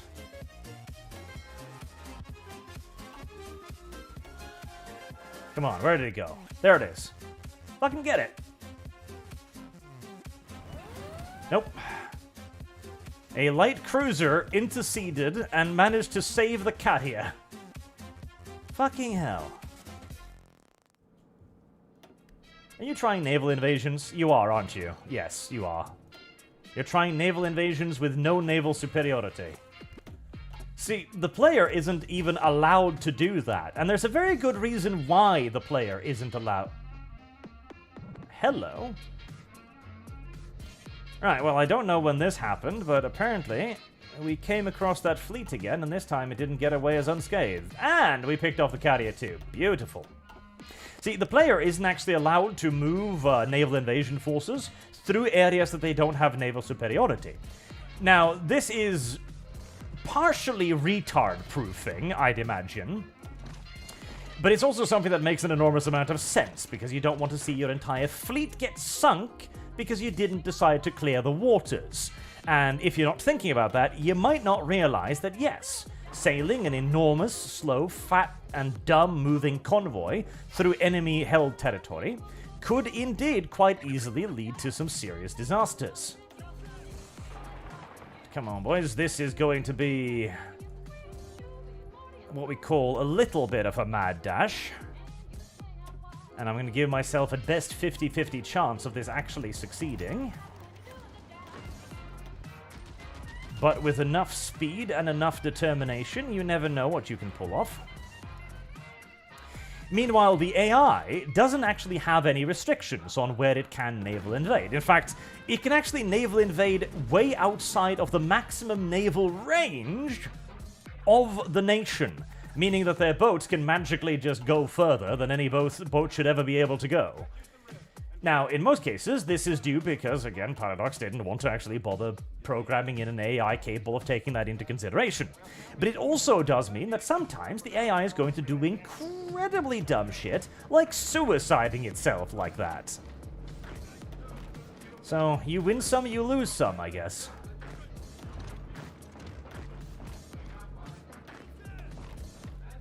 And speaking of losing some, I think the Americans are going to take some serious casualties in Borneo in the near future. Right. Make sure we follow that up with infantry to actually, fortify the ground behind us.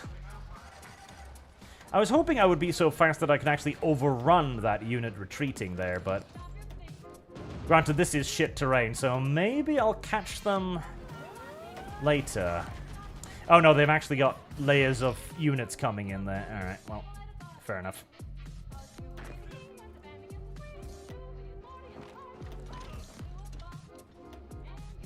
And let me guess, did I... Yes, I magically left the area where I've got air cover. Because, it would be really impossible for the aircraft to go like, oh, just go over there. No. That's an entirely different air zone, don't you understand? I couldn't possibly. I couldn't possibly in fucking indeed. Actually, you stay there because there's a lot of enemies there. India. Right.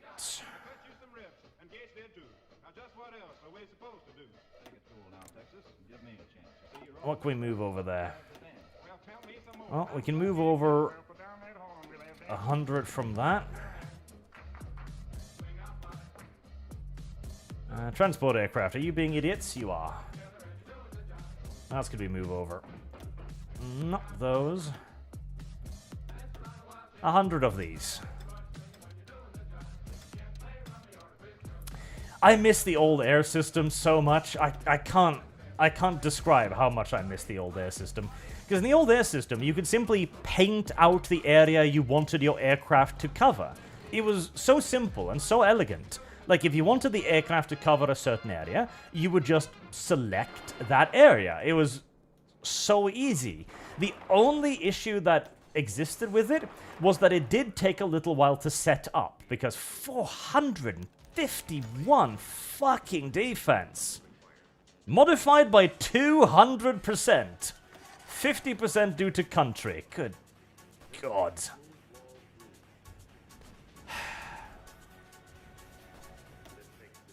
Alright. Never fucking mind. The AI has so many bonuses there that there is... Yep. I was thinking I could maybe do a little bit of a sneaky runaround, but no. If the enemy is going to get 200% defense, that is not going to work. Alright, we'll have to do it the slower, more traditional way then. Taking on one province at the time. We'll keep the tanks nearby because there will be an opportunity to shove them through later, but I do love the fact that the troops are from India give them a larger defensive bonus than the fact that they are fighting in a jungle. God help me. Speaking of God, you.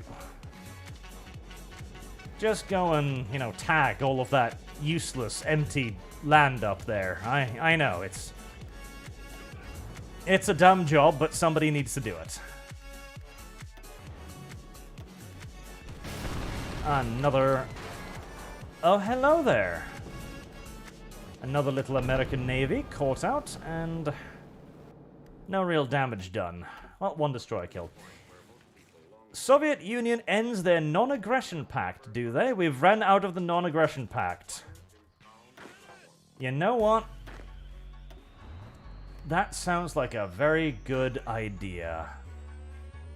We've still got an army to spare. Let's see. How much is the Soviet Union surrender progress? It should be pretty. 77%, 40%, 22. How ballsy are we feeling today? How ballsy are we feeling today, indeed?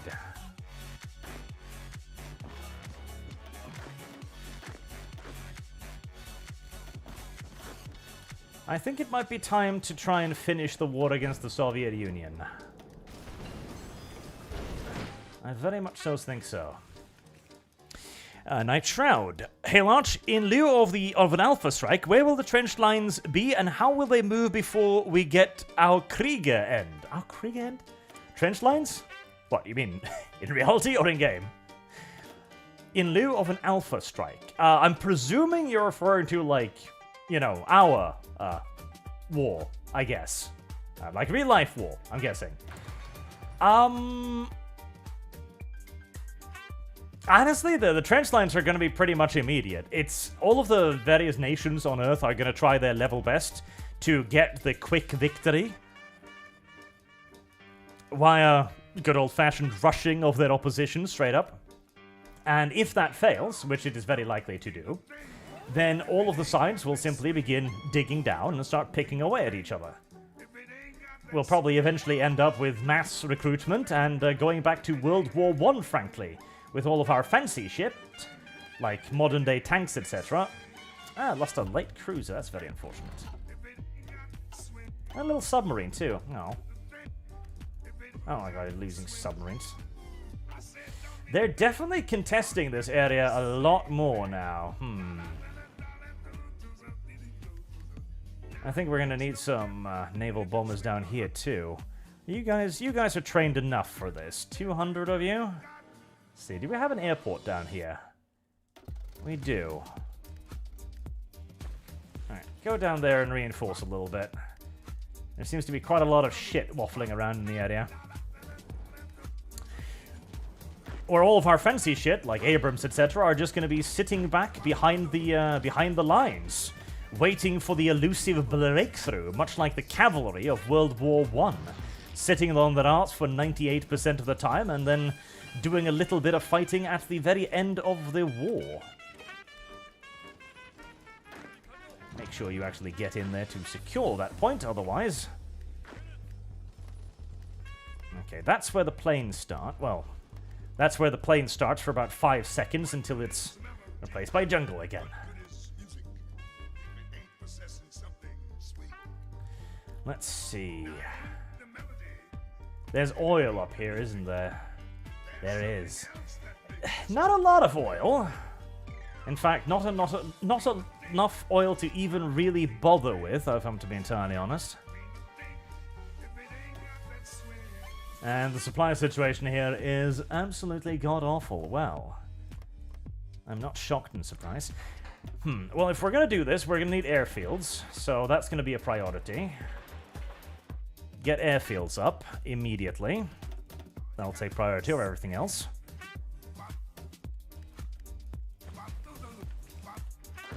Of course. Half of you down there. Half of you over there.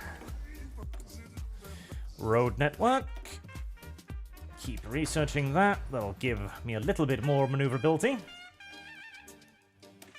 Jet engines.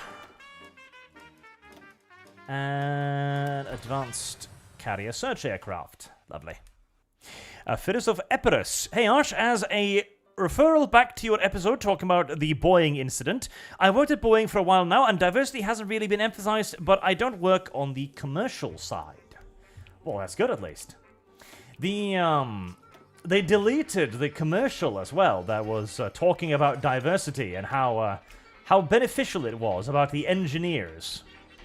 Because they had a commercial talking about specifically how the Boeing engineering corps was a very diverse group of people.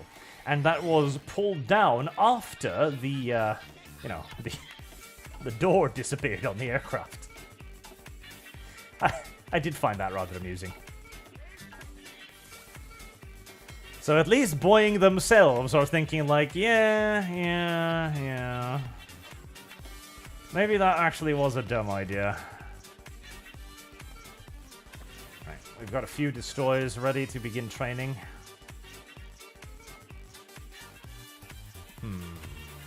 Right, finish this dumbass fight up.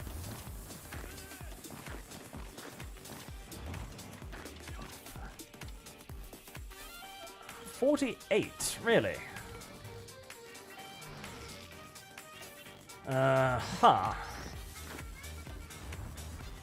Right, somehow the Americans are still in perfect supply.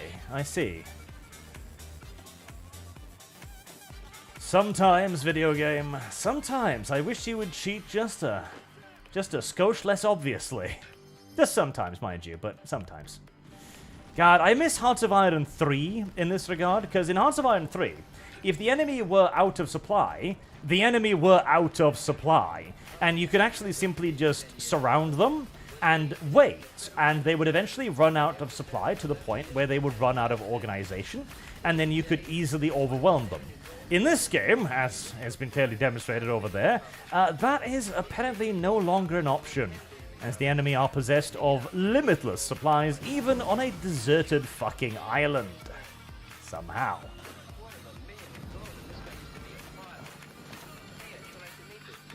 Going to need more infantry here. I'm disappointed by my complete and utter lack of air support. They've moved in even more fighters and bombers, eh? Okay. Right, well, ignore that sector for now. If they move in more fighters, I move in more fighters.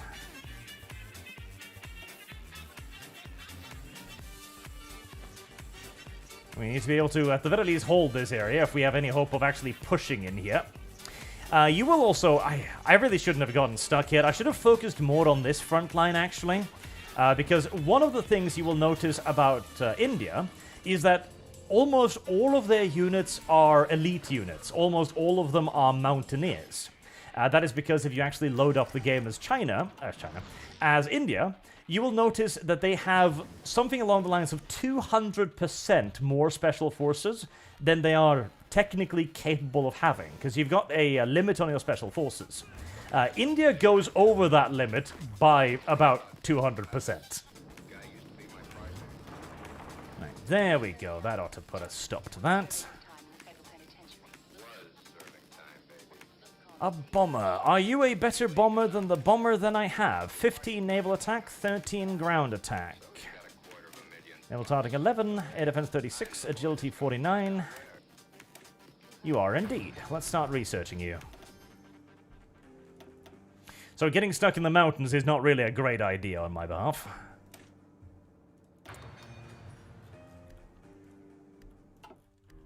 I can probably bleed out their air force, though. Oh yeah, look at that. I'm trading about 3-1 right now, so... I'm kind of fine with fighting in this area a bit, even though, as usual, the supply situation is awful. But hey, what else is new? I would like, however, to retain control over that area, if you don't mind, because that's where a lot of the supplies are. Please give that back to me. Martin Same says, proud to be one of the 67 that Boeing fired for diversity, equity, and inclusion. They did do that. They actually even bragged about having fired people for various hate speech offenses. There, the resource war.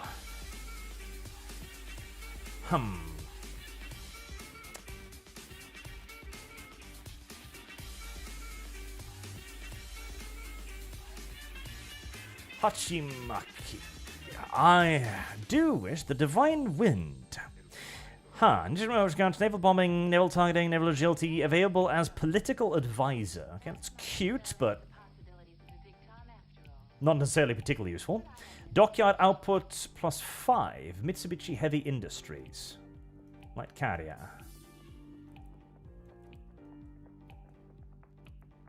Mitsui Arsenal, Land Warfare. I don't think... No, I can't get that one because it requires the soil, which requires Northern Expansion, yes.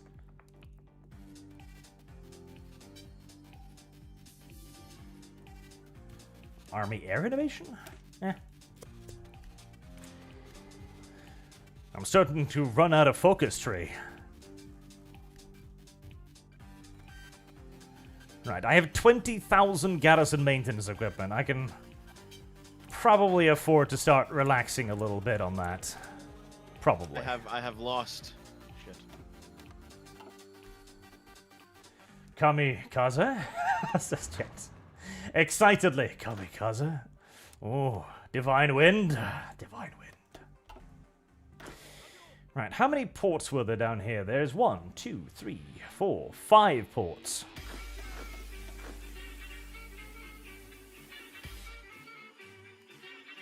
I'm not actually patrolling that area, am I?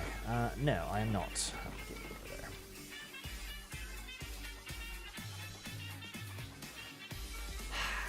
Really kind of want to try and take on the Philippines now. I think that's what we're going to try and do. Philippines up next. And light rifles, you stay on the island for a little bit.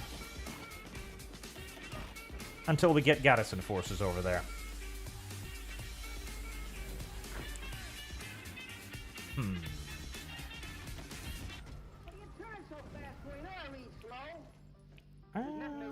Still only 2 damage from incoming aircraft, huh?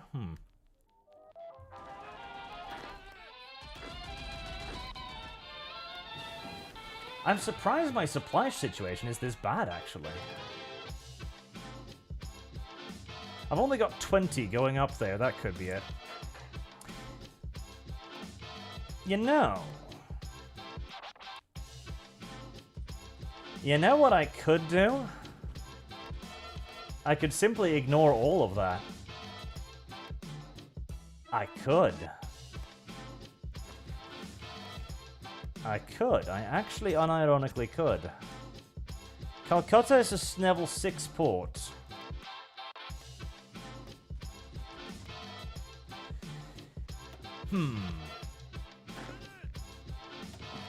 Stupid Americans, why would you do that? Now I'm just gonna kill you because you literally have no equipment. See? That was very dumb. I don't know why you did that. Like, let's just put a marine unit here. Okay. Kamikaze. So kamikaze, in case you are unaware, means divine wind, and the name comes from the perceived divine wind, divine wind that saved Japan from the Mongolians. The Mongolians were trying to invade Japan, you see, and if they had landed on mainland Japan, then Japan would probably have been in really, really goddamn deep doo-doo. But the entire Mongolian fleet was crushed at the coast by a massive wind, an enormous typhoon hurricane which destroyed the entire fleet. This was the kamikaze, God's wind that saved Japan. And so, when Japan was getting butt-fucked by America, they decided to put their trust in the kamikaze, yet again, to come save them. It's gonna be a really shitty sail up the Bay of Bengal. And it would mean putting that on rest. What's the,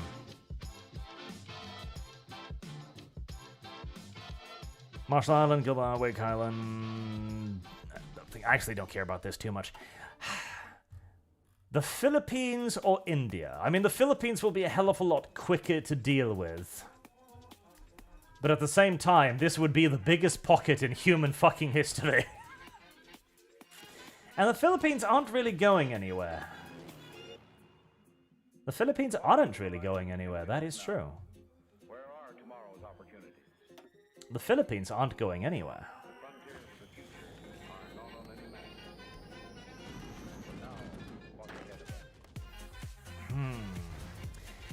Oh god, I am torn right now. Okay, so we've got 3 options. The Philippines, which... what would it gain me? Not a whole lot of most things, honestly. Not a tremendous amount of most things, if I'm to be entirely honest. I could go for the Just East Indies, which would be a lot more oil, which is more direly required, of course. Although I can still trade for a little bit more oil, actually, which I will.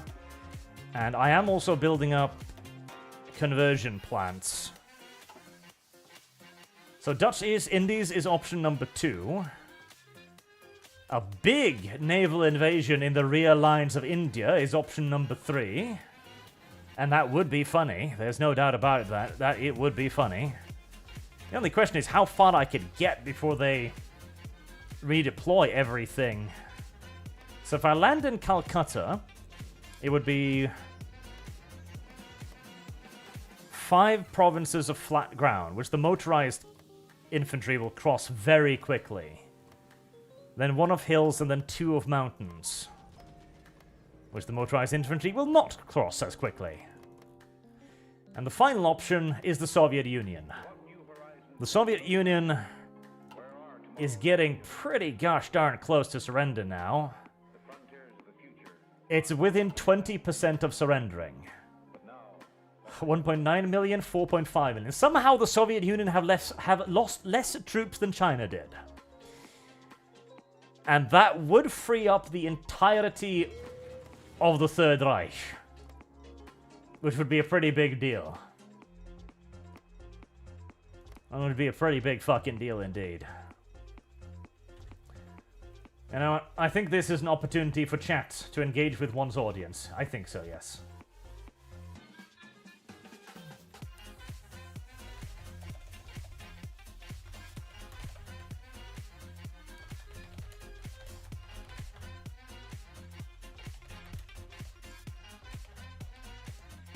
I don't know how to spell the Philippines. Close enough. Dutch East India. And naval invade India. There you go, chat. The Soviet Union. So large, so mighty, and yet so vulnerable. So very vulnerable. In the meantime, I have a new fighter that needs to be given drop tanks, which will increase its range by 160. Really? That's all? That is a lot less than I was frankly anticipating. Light cannons, a lot more air attack. Maintenance, airframe, engine. It's a pretty snazzy little aircraft if you don't mind if I say.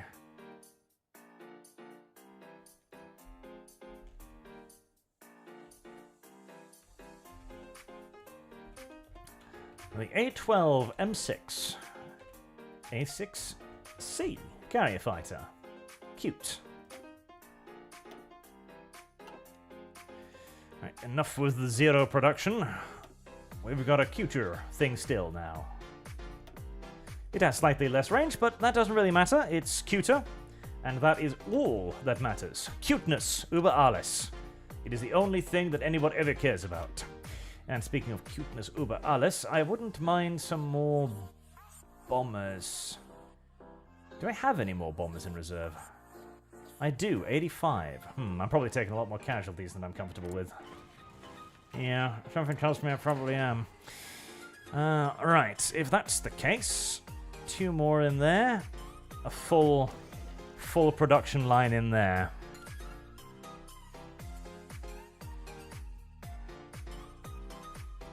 I'm definitely producing a lot more tanks than I need, but...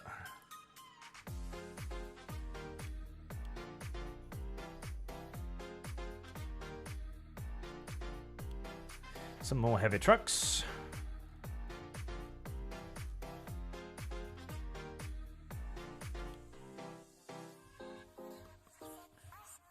Good enough for government work. Right, that is going to require a hell load more aluminium. Give. You're still not giving me everything. Are you still struggling with... Let's see. Request Lend-Lease. No, they've got 20,000 pieces of garrison equipment, so I'm not worried about that. They will not accept. Oh. Aww. But fuel, though. Okay, fair enough. I guess asking you to give me fuel is one step too far.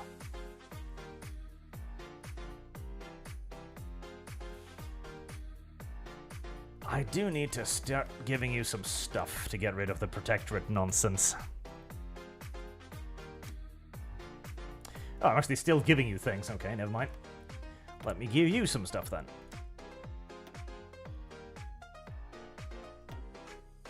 Here, have like 3,000 machine guns, and some ancient-ass mortars, and some of these outdated rifles too. And I seem to be having a lot of these here.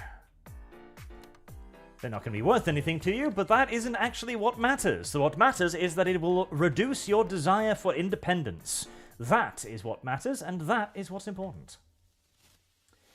Alright, invade the Soviets is in the massive lead. Alright, the Soviet Union it is then. Okay. Right, we have one army of 12 divisions already prepared and ready for the task ahead. You guys just pop over to... Are you not? No? You're not. Of course you're not. Get over there. Yeah. There. We have 12 divisions ready there, and considering the state of that front, we can definitely spare the motorized.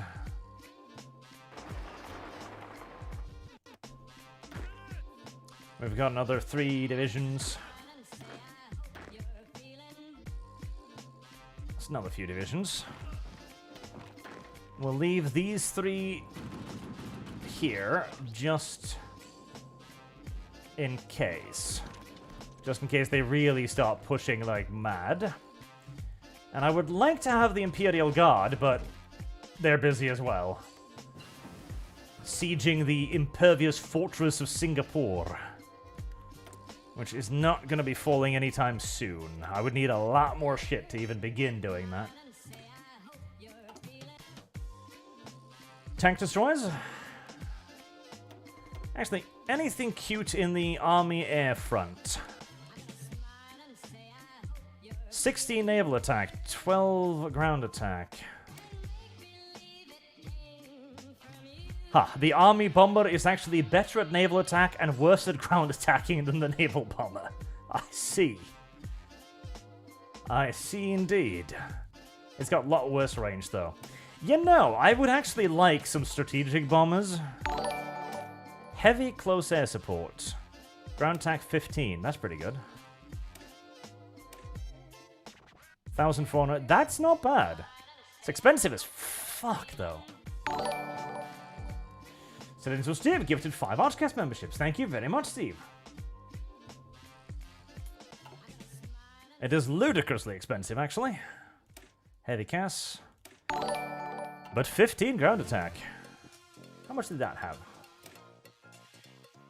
13. Eh. Not really worth it at that point. APCR munition, that's a massive increase in penetration. Let's just get the 88mm gun for now.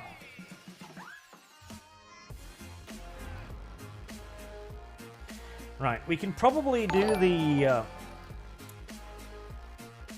Dutch East Indies thing more or less simultaneously. As I'm presuming they're not going to be that heavily guarded. Okay, be tight. Get over here.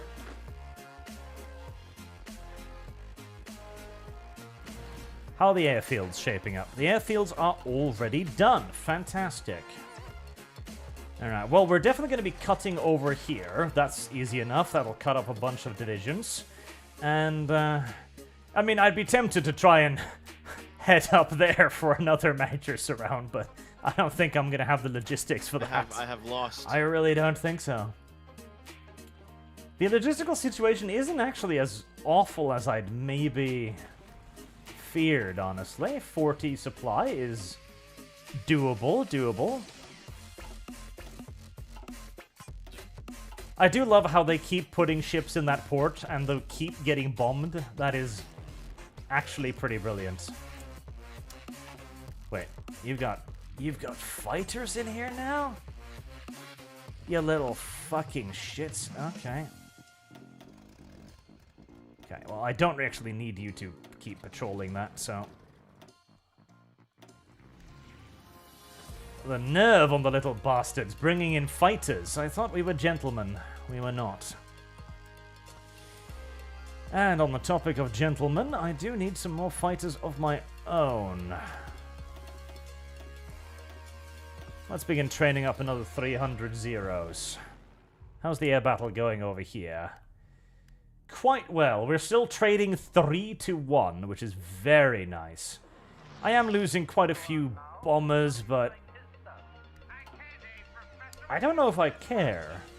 Because at the rate at which I am killing these shits, I must be exhausting them pretty badly. One would think, at least. Like, well, 11, how far in the tech tree is Godzilla or Gundams? It's really tragic, but this mod doesn't go beyond the historical area, which is really sad. It's in large parts because the entire point of Black Ice is to be a fairly historical mod, so I get why, but I really do miss the idea of like having the full-on combat engineer companies. Yes, I want that. Having like 1950s and 60s techs. I really do wish that was in there properly. Wait, what did I just save? What did I just replace? That's a fantastic goddamn question. Probably the signals company. Okay, well that was a massive and retarded waste. Speaking of massive and retarded waste, Riku Sentai, you guys are absolutely going to need to bring some medium anti-tank. We'll replace a pack artillery with that. And let's give you combat engineer companies. Field hospital as well. And a logistical detachment. That will derp your organization down quite a bit. But only by 2 points. That's fine.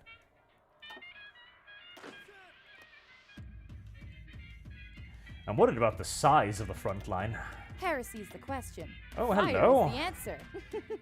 10 battleships. Jesus. 10 battleships, and they are choking the shit out of the area with those too. Right, okay. Alright, I definitely think it is time to move over the strike fleet here.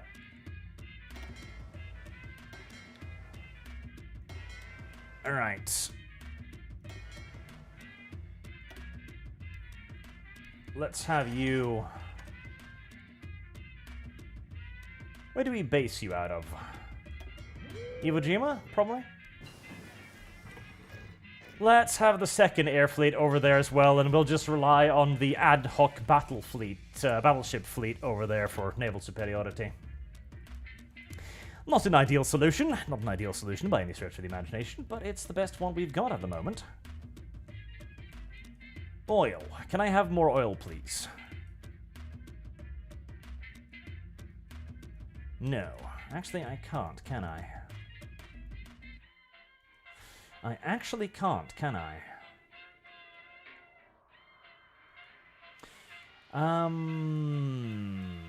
Improved cracking requires chemical industry. The question then becomes... Oh, that's the chemical industry. Okay. I'll get to work on that.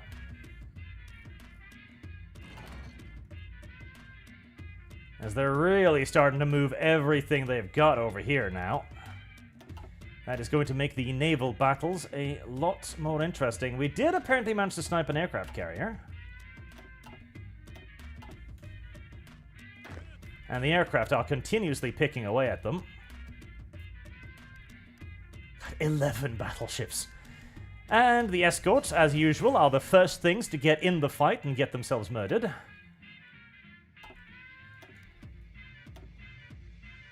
Right. My only real hope there is that my actual aircraft will be able to do some picking off damage.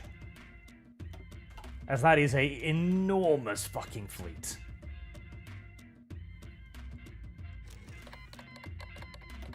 Colonies of Vichy, France joined the Axis. Are they gonna come back to engage in this? No? Well, I mean, the longer they stay in the area, the more they get shot at.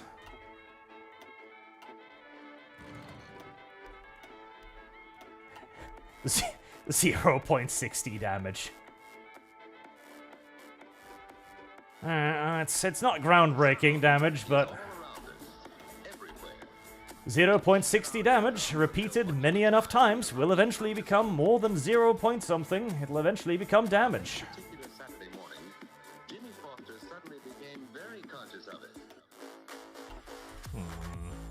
I don't like that. That is too much shit.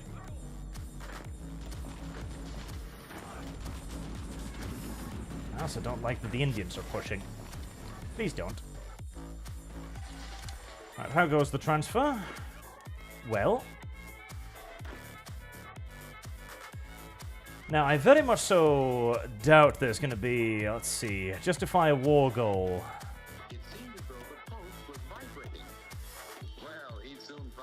Conquer Vladivostok and North Sakhalin at the very least.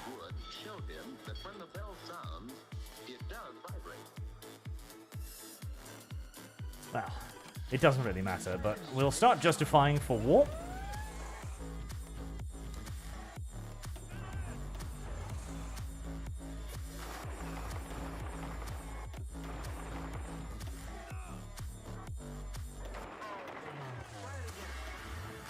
Okay, you'll cross over there. You'll cross over right underneath, which is probably going to strain my supply lines, but that's fine.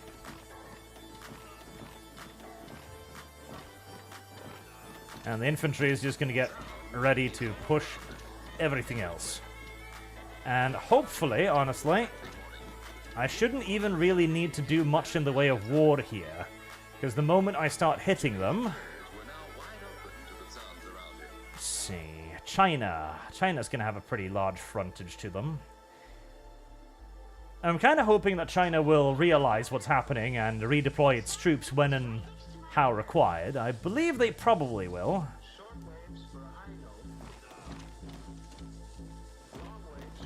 Even though that might be entirely speculative and perhaps overly hopeful as well.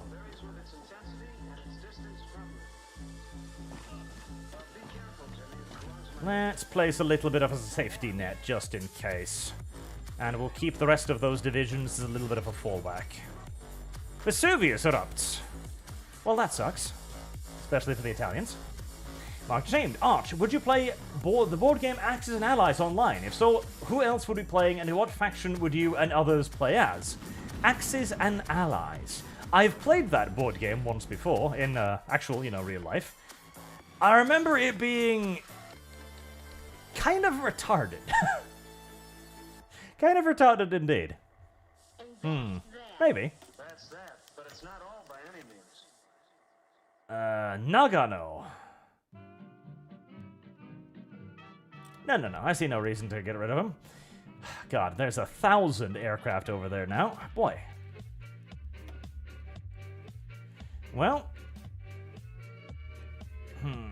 Can I even fit more fighters in there? I can fit in another 100 there. I can fit in another 200 there. 10 divisions, Jesus.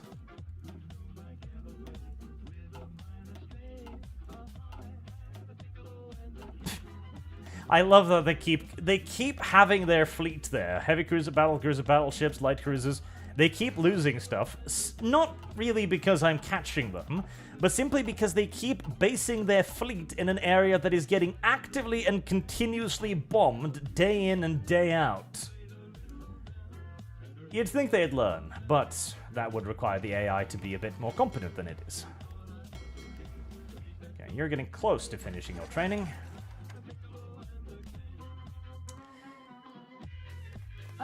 Actually, I don't need to send anybody up there, that's fine.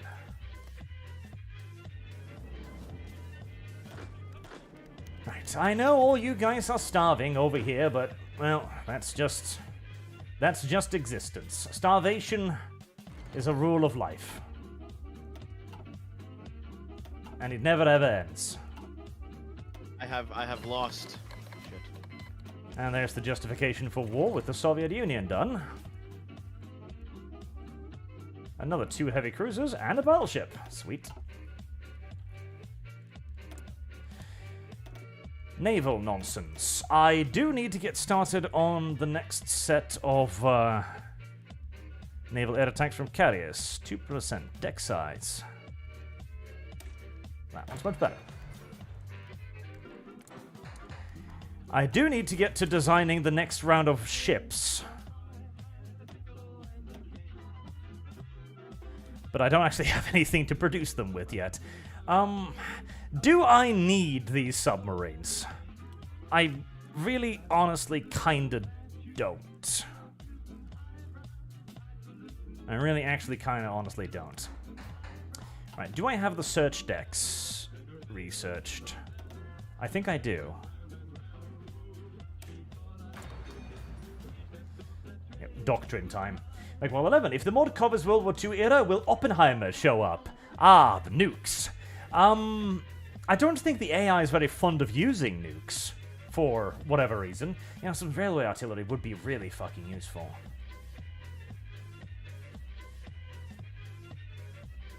Some railway artillery would be really fucking useful. Let's get those first. And that's probably for the better, because the nukes are one of those kind of, you know, drop and forget about abilities. Close superstructure is a 57mm. Why would I want a 57mm if I have an 88mm? Because you might want a 105mm.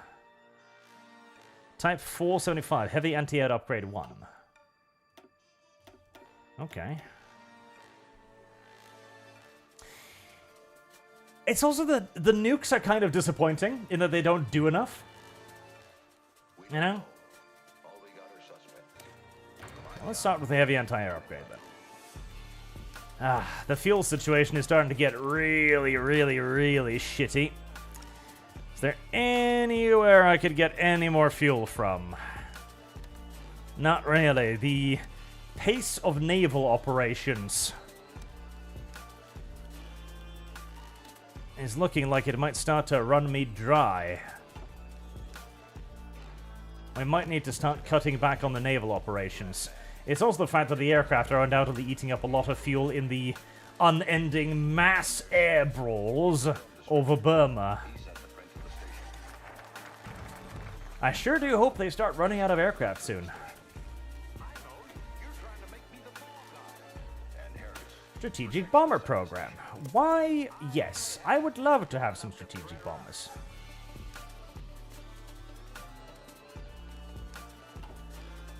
Alright, Soviet Union. Let's see what you've got then. 105 down there. Let's not interfere with that.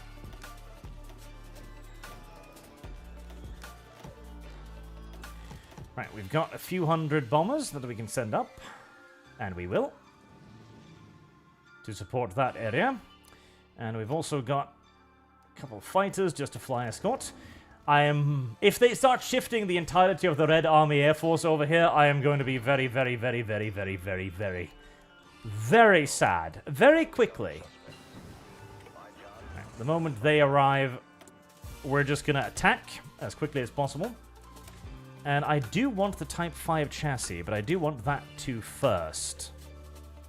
Type 475mm.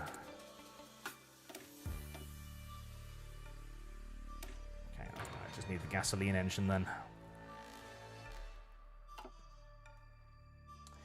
It's all about doing whatever damage we can, because if I can draw off enough divisions from the Eastern Front, then Germany will probably collapse them in short order. That is the hope, at least. Unless the Soviets are, of course, beginning to win on the Eastern Front, that would be really sucky.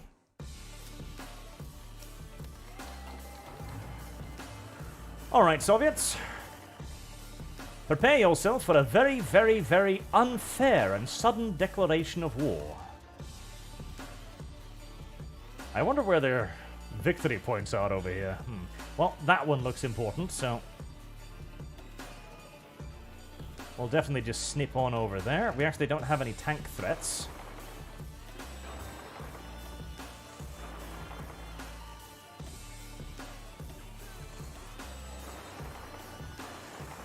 Just drive. And Burma has capitulated. We're stuck with a perfect crime. Sudden. More than you think. Very sudden, but I'll take it. Now, let's piss off their tanks a little bit. Right, that will hopefully see a lot of their stuff begin to transferring over to the east. And I can begin cock-blocking it with a few divisions here and there to stem it. To stem the flow that will undoubtedly occur. I hate the fact that I've got so shit supply here. I really, absolutely do. Speaking of, have you gotten Logistical Master yet? You have. Please get it. Thank you. Is there anything... improvement? Improvisation expert, yes. Entrenchment expert, unyielding defense. And just get that, and entrenchment.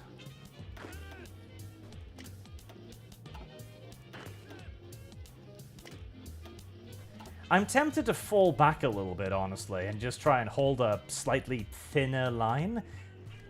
I'm surprised the supply is, again, as bad as it is, because I've actually got decent supplies here. I'm wondering where they're all disappearing to. They're still defending that. There's probably just too many units in the area, is what I'd wager, but it still seems silly that they'd be in as bad supply as they currently are. Can you get me anything valuable?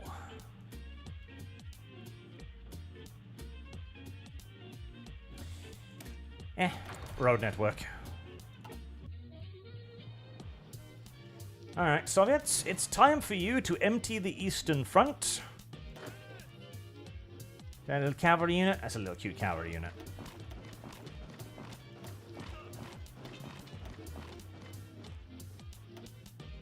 Actually, I should probably move up to occupy the river, if nothing else. Now, silly little Soviets, please don't retreat to your harbor, where you can still potentially escape. That would be gay and unfair. Please simply sit there until I can reach you. One submarine. And take all of your fanciful toys and tanks and weapons for my own, so that I can sell them to the Russians. To the Germans, I mean. Because it'd be kind of funny if the primary weapon of the German army will be the Japanese Type 100 and the Mosin Nagant, wouldn't it? I think so, at least.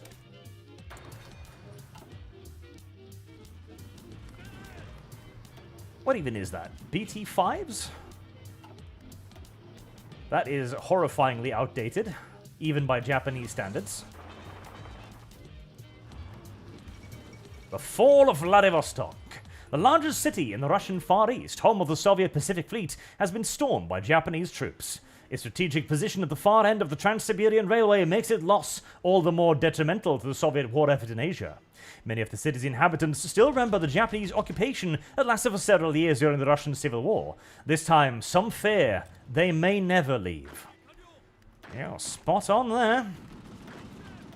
And yes, the Allies at that point, including the Japanese, did in fact occupy Vladivostok for quite some period of time during the Russian Civil War.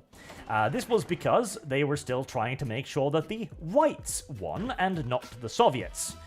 That didn't work out in the long run, tragically. Heresy's the question. But at least they Fire tried. is the answer. Now they made an effort. Okay, compliance. Expand oil fields. That would be a good idea. Soviet Union. Secret police. Everyone else is behaving, right? Yes. Yes, more or less.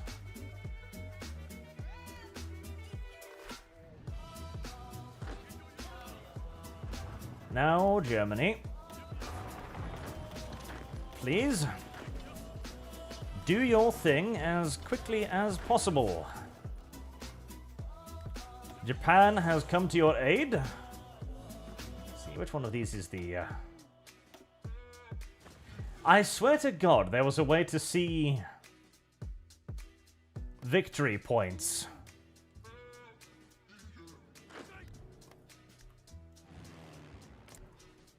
But I don't know how, and I don't remember how. Right. So China, you're in this too, right? Yes, you are. Okay, well, they'll provide a bit of annoyance, mostly. Mostly annoyance. At least they can die in tremendous quantities and not actually give a shit.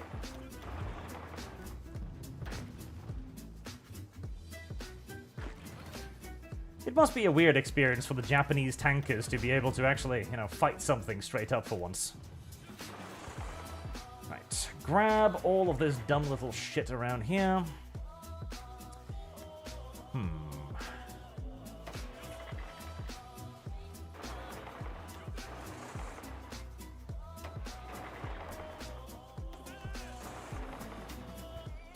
And I see no reason why we can't try to do that.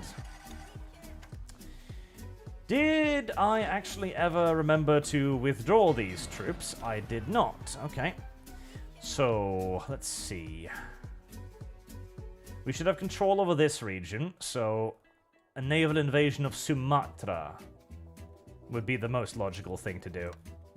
Saigon to Sumatra.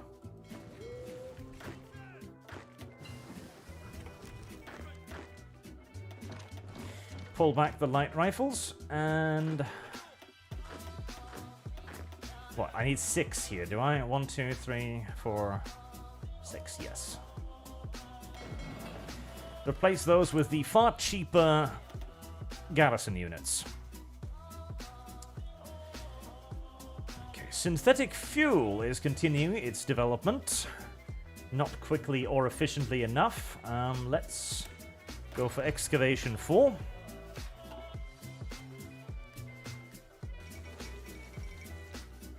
Netherlands moves government to Batavia. Well, if they feel like it. Okay, nothing is happening on this front still, which is fine and dandy. I don't want anything to happen on that front. I would like for it to remain static forever, if at all possible.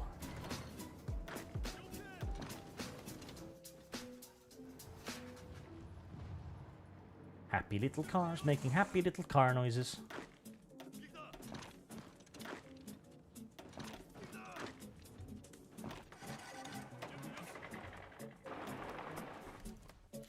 Anything over here? No. Okay, so far so good. How are the Germans doing? Any sign of... Oh, they're kicking up a lot more battles, but I'm not sure whether they're advancing or not. China. Would you like to, stop that? I mean, I've got units to do it too, if you really need my help, but it's like 1 unit of Sakhalin. I figure you should be able to deal. No, no, no, no. Bad little Soviets. Don't misbehave. Now, what else do we strike at? What else of actual value is there here? Apparently... Manchu Kuo believes that that's of value. I'll believe them. Ulaanbaatar, that does not sound like it's of value. That sounds Mongolian. Nobody likes Mongolians. How does one see the fucking victory point map mode? You're still not banging me with the entire Soviet Red Air Force. This is good. You just go up there. I know, it's gonna be a fucking literally a year-long walk. But somebody's gotta do it, and that somebody just so happens to be you.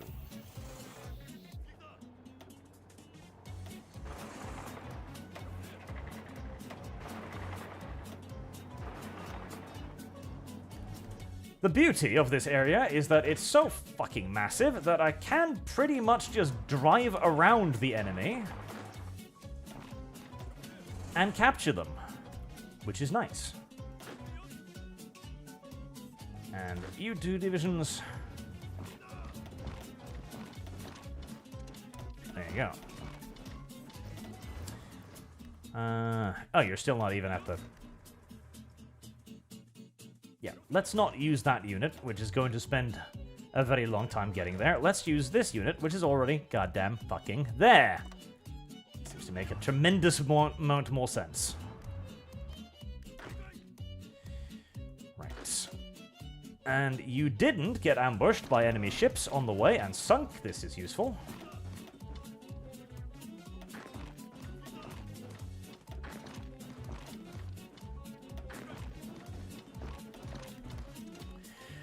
Right. Borneo is secure. How are the enormous fleet battles going? Sniped another carrier.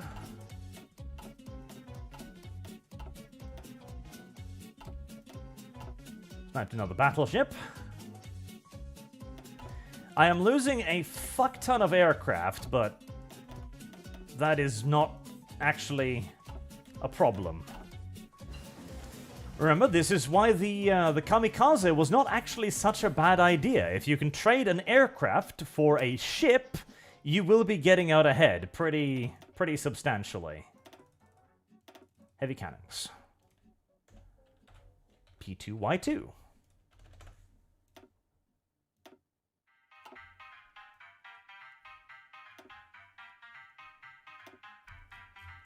Cool.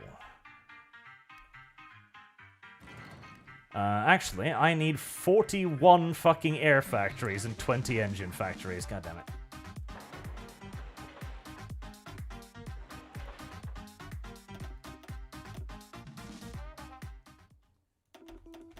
Which I actually already have ordered, I just haven't finished at any point. Great. There, just drive circles around the bad guys. It's so simple. Even the Japanese can do it.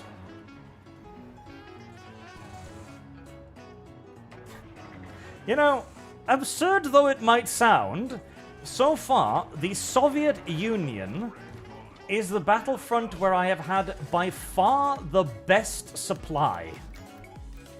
Like, unironically, the Soviet Union so far is, by a million miles, the most comfortable front line I have had. I mean, this is... nice. I can move, I can maneuver, I can bring up fuel to my units. The enemy seems utterly oblivious and unaware of anything and everything I'm doing. And their front line is just a tiny scattering of random militia units. And the worst part of it all is, the random militia units don't have enormous 200% bonuses to everything they fucking do. Unlike everybody else, seemingly. The Soviet Union. It might be hell for Germany, but for Japan, it's a veritable paradise. That's a tank unit. You know, I really want to get the tank unit.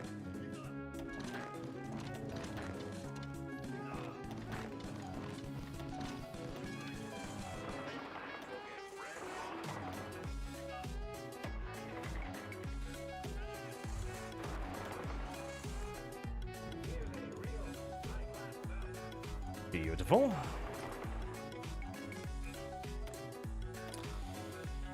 Aircraft. God help me. I am almost at the end. Carrier... what's your ground attack? 10. That's actually garbage. Never mind. Bicycles? I don't want bicycles. Bicycles are sadly useless. They were... It's actually kind of tragic. Because the bicycles were a really good tool for the Japanese in Singapore, particularly, like the invasion of whatever this place is called again.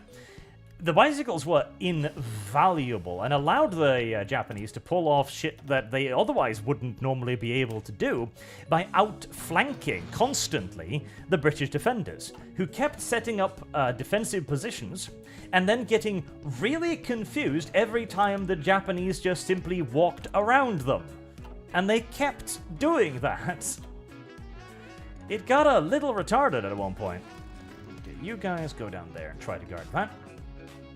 Where the British would set up a defense position and think to themselves, okay, well, you know, we've got a massive jungle to our right flank. Certainly nobody could ever move through there, so we're safe. There's no way the Japanese will outflank this position. At which point the Japanese would go into the jungle, as they did again and again, and outflank the British positions for the 500th time. And the British never displayed any real ability to learn from these continued humiliations. See, say what you want about the Americans, at least they learned from their errors. Whenever the Japanese pulled a fast one on them, the Americans would go, oh, right, yeah, should have seen that coming, shouldn't we?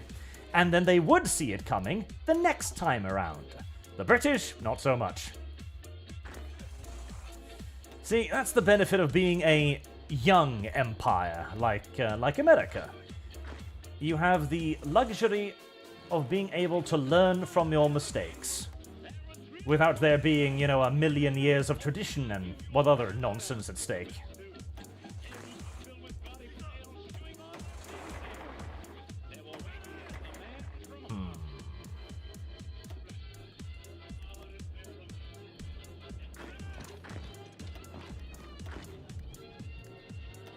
Get in there. Come on, I know you can do it. It's the stiffest resistance so far demonstrated by any Soviet units, but I have faith. My faith was rewarded. See, this was also, and the weird part is, the Brits did have this thing as well at one point in their previous history. For example, at Waterloo, right? A lot of Wellington's military advisors was telling him to not fight at Waterloo, because the battlefield was flanked by woods.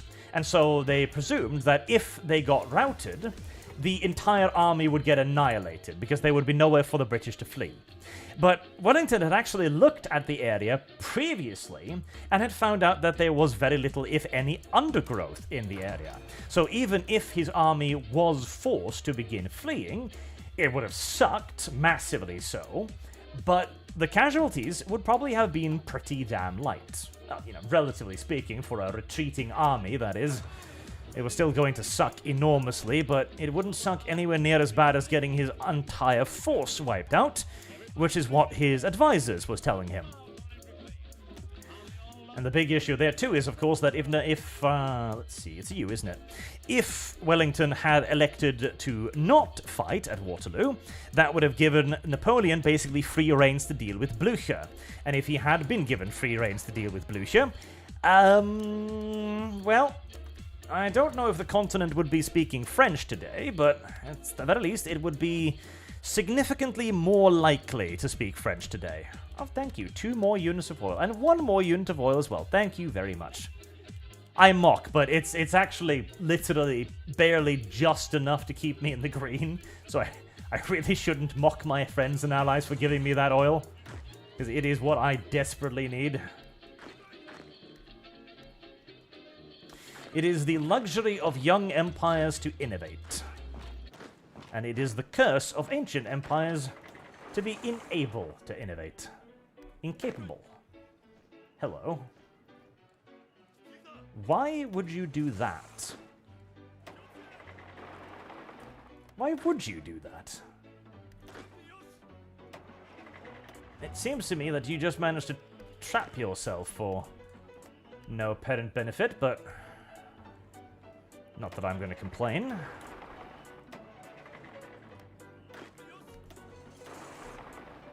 And then we got ourselves some brand new Soviet tank trophies to hang on the wall. Brilliant. Naval invasion Min Jae. Really? Huh. I'd be shocked if they decided to naval invade China. I'd be amused, honestly, if they decided to naval invade China. Please do! Like, Christ, yeah, no, if you want to naval invade China, go right the fuck ahead. I know I had plenty of fun invading China from the sea, so if you want to try that one out too, be my fucking guest.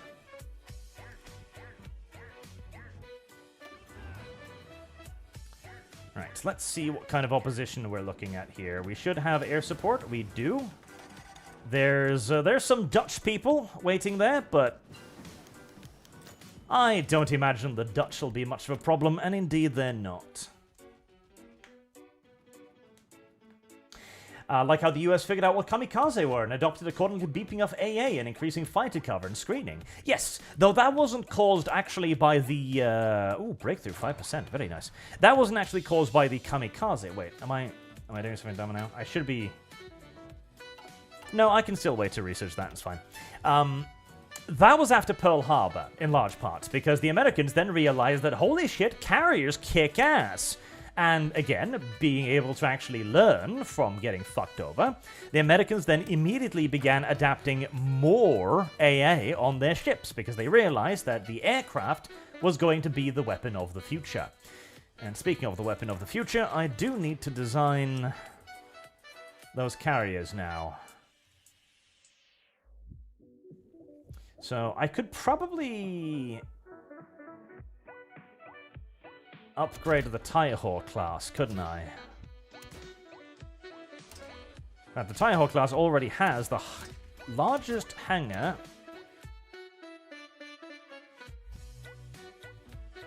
but it could get a bigger air carrier search group. And it could be given radar.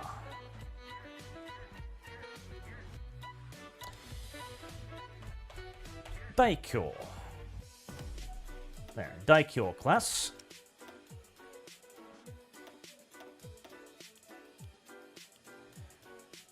Oh boy, it's gonna take a while to get these shit to production, but a series of carriers and big cruisers are about to finish, so we are going to free up a lot of space very, very, very, very soon. And speaking of... I'm also going to want even bigger carriers. Bigger carriers. This also allowed them to reconfigure. We're actually going to give it a little bit of armor this time. Actually, are we? It's, no, 25mm deck armor. Open hangar, 120. Advanced hangar, 120. Save, so. The Japanese... They had also, to some extent, figured out that increased anti-air was important, but nowhere near to the same scale. See, what was so funny about the Japanese approach to the war was that, on the one hand, they were the innovators of carrier warfare in so many ways, and yet they didn't realize how powerful carriers were going to be, and so they didn't build anywhere near as many of them as they could have.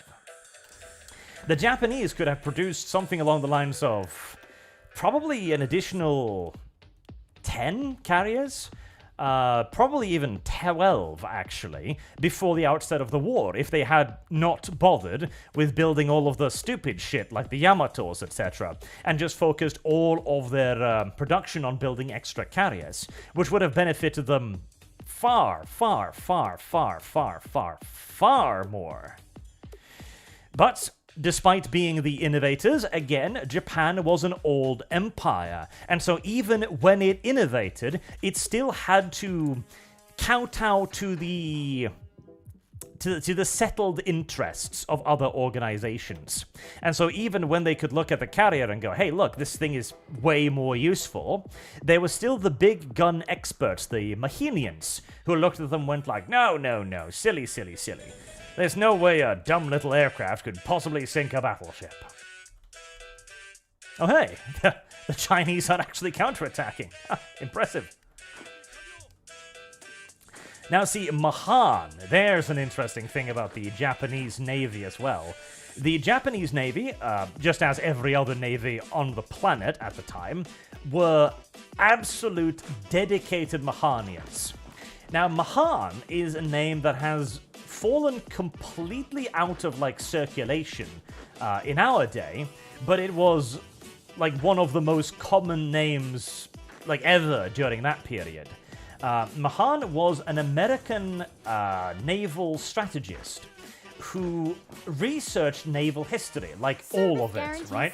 And he wrote an enormous book where he came to the conclusion that virtually every single naval war throughout recorded human history was decided in one single big battle. And thus, he said that, okay, if this is true, as it appears to be, then it should be the duty of a navy to prepare for one single large decisive battle. And that should be the focal point of all navies, to prepare for the big battle. This was considered absolute gospel at the time. Absolute gospel. Like, disagreeing with Mahan was... It didn't happen. You didn't. And to be fair, too, the dude had some excellent arguments on his side. Again, he had recorded pretty much the entirety of human history, and yes, indeed, it was universally settled in forms of naval conflict by big battles. So he had the numbers, he had the history, he had the research and the science on his side. Firmly so. That is a 30 supply. Alright. Well, we're definitely sending over the 6 light rifle divisions then. But the first Kaigun has done nothing this entire time, and that really annoys me because they're exceptionally good troops, and yet they've just been sitting here. Which infuriates me. I need to find something to use them for. I'm just not entirely fucking sure what. I could... Okay. Batavia. Let's just take fucking Batavia. That is the obvious thing to do here, so... 1, 2... 4. There you go. And that one bombardment fleet. There. You're already assigned, are you? Yes you are. Strike Force. Right. That should give me enough naval superiority, right? Yes, there's nothing down there. Okay. Right. Has anything catastrophic happened over in the naval front? Nope. It just seems to be a very long and very brutal grinding war where my 2 Kido Butais, my mobile forces, are very slowly but very surely picking off a tremendous amount of bad guys. Which I'm entirely fine with. That area does need some guarding, doesn't it? You two, go over there and just deal with what is presumably like 2 fucking Soviet submarines, I'm guessing, that are somehow existing in that area despite not having any fuel or supply or spare parts or anything else to supply themselves or exist whatsoever, but are still sinking my ships. I presume they just magically regenerate torpedoes. When they've sunk enough boats, they just look back into their hold and go like, oh look, another 12 warheads, wow. It sure is fortunate that we were equipped with this magic technology. I wonder where the Soviet Union found this. It's a very good question. 2 light rifle divisions that way, 2 light rifle divisions that way. Alright, Mankinder. Have fun on your journeys. Miguel 11, how will you get bigger carriers? Catamarans? Oh, who knows? And yes, I was right. There's literally like 3 Soviet submarines that are regenerating their fucking torpedoes over there. I wonder where that infantry unit went to. Speaking of, let's see. Soviet Union. 36 victory points, 22%. Okay, I haven't actually seized that much. I was hoping I'd be seizing more. How are you doing, Germany? Not as much as I would be wanting. God damn it. Germany, lazy! Look at all this dumb shit I'm pulling away from you, Germany. Surely you must be able to do something. Wonder if I could get Mongolia to surrender. I kinda don't want to, because I feel like going into Mongolia is a trap, surely. I really don't want to start building logistical networks here, but I might have to. Which is gonna suck, because it's gonna take a very long time.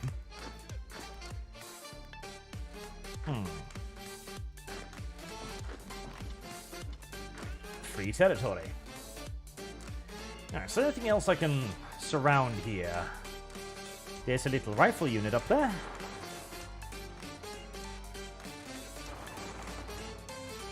This is so retarded. Just... the cars just start driving. And they never really stop driving. I was like, yeah. You can't stop me from just driving my cars all around you. What are you gonna do? Nothing. Nothing, that's what. You have nothing you can do. You cannot stop me, and so you must simply accept that I'm gonna keep doing that to you. Forever and ever. Goddamn fucking Americans again. Why are there so many Americans all over the place? What shall we do with the Americans? That's a good question. Okay, you deal with that.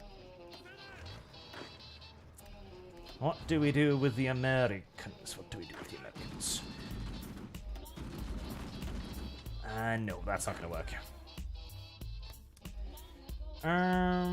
How much leeway do we have? A fair bit, actually. Right. Prepare to send over more light rifle divisions. Damn, there's a lot more shit here than I was anticipating. Alright, well, you don't need to actually capture that quite so aggressively, because we'll leave that to the 2nd Light Rifle Division. Why is there always so much American shit in my way? This is what I wonder. Maybe it's Singapore. Is Singapore less heavily guarded now? Sort of. Do I need the tanks? I don't technically need the tanks. Okay, right. Let's see if there is any hope we can deal with Singapore. I doubt it, but it's worth a try. You want rifles? You can have rifles. So long as you pay the cost. Construction, sure. I am actually at positive fuel. I didn't think it'd be possible, but I am actually at positive fucking fuel. What can we do with positive fuel? Well, we can make a bigger gun, a 67mm gun. More piercing.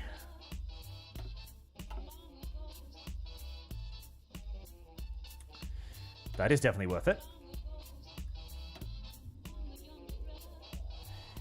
The poor ships. Alright, well, we're almost completed the production of those. Dethan, has Streamlines been out of service? Oh, there you are. No, I just saw it. Dethan, Arch needs to rest his friendship with a game democracy, and he should do a lore video on the outcome. Do a game of democracy? Democracy. That's the, I know the game. Jet engine. That jet sounds beautiful. Democracy, yes. What number is it on now? I mean, because surely that game has got, like, Democracy 5, Democracy 6 or something. It's almost like a Dominions game in that respect. I don't remember what it was on last time I saw it, but it was high. I think it was Democracy 5, which was the last one I saw. And it's probably a hell of a lot higher than that now, I'd imagine. Alright, good. Wait, is that...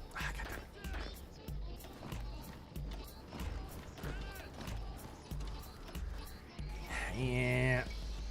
United States of America stands against fascism. Does it now? That's unfortunate. I was thinking that was the province with the port, but it wasn't.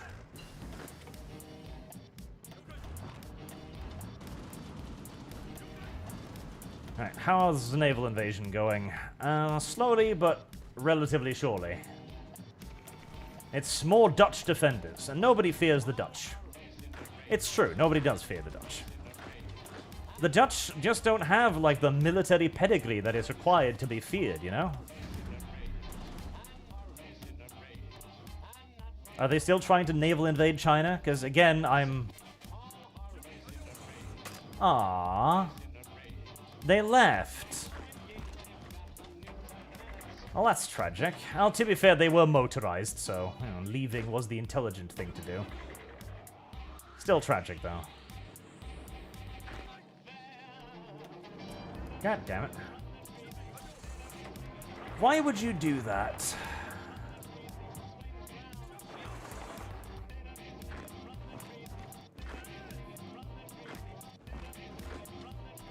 Why would you do that, indeed?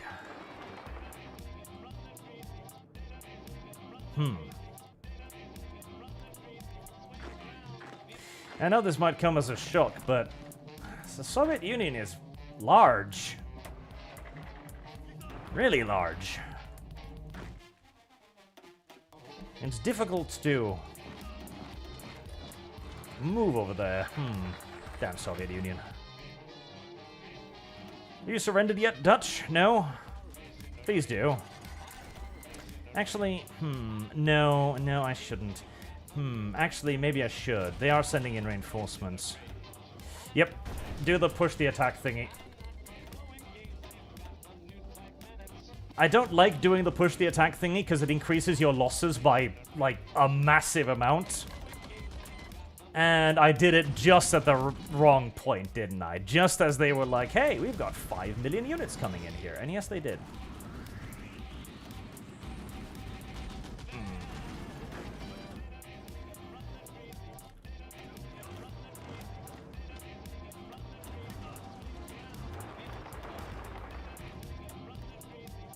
God damn it. Are they going to be able to choke out this naval landing? It's looking like they might. It's going to be close, though. I mean, they are going to take an absolute ridiculous... No, another unit.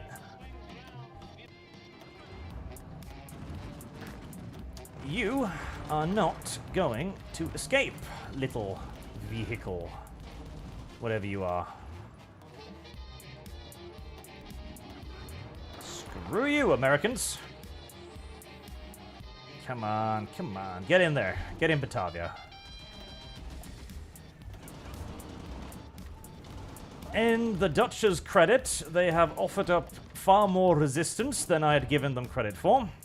Annoyingly enough, all of the Americans are going to be able to escape because I picked the wrong fucking province with the port, which is very annoying, and I can't do shit against their tanks. I mean, we've got enough now maybe to do something. Yep, we do.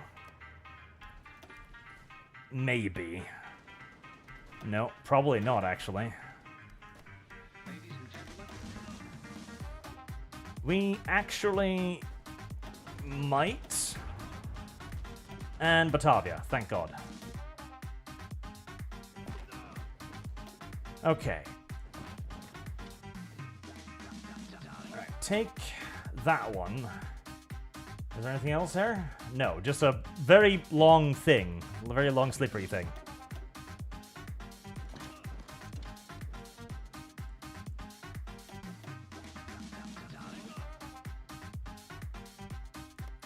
Right, before any more reinforcements come flooding in.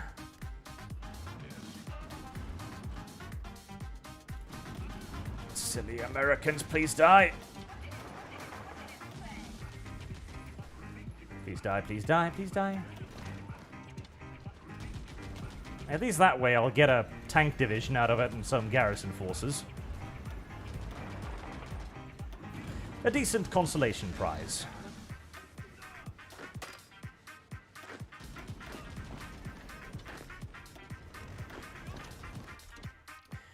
Alright, meanwhile, in the Soviet Union. The little shits keeps escaping. God damn it. Why? This is going to be a very long front line if you keep running like this.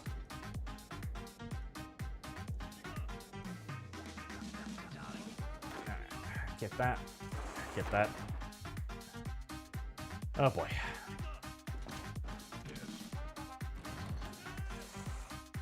Sadly, the Soviets have decided to antagonize me by being slippery little shits. I don't like it, I don't approve of it, but that is what they have elected to do. I mean, I guess I could simply continue northwards, but I feel like it would actually be kind of stupid to go any further north. Yes, let's just... We'll establish a little bit of a holding pattern front up there, and we'll leave that to somebody else to deal with. And in India, the news also is nice and stagnant. Oh, hello. An opportunity.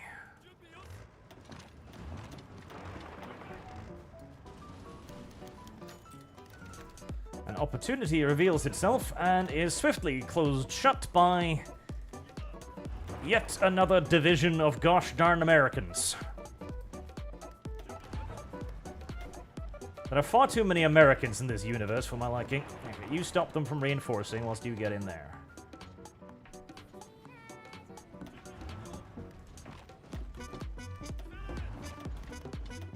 Come on, come on. 9 hours, 5 hours, 3 hours. There we go.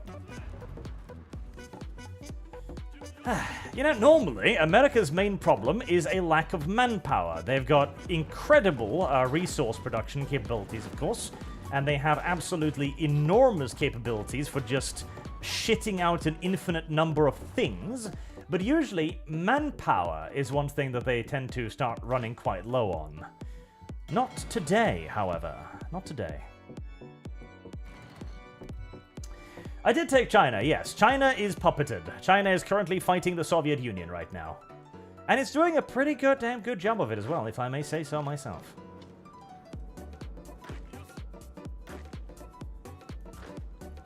It actually is. It's not doing too bad. It's holding the line, keeping them from being too annoying to anybody else.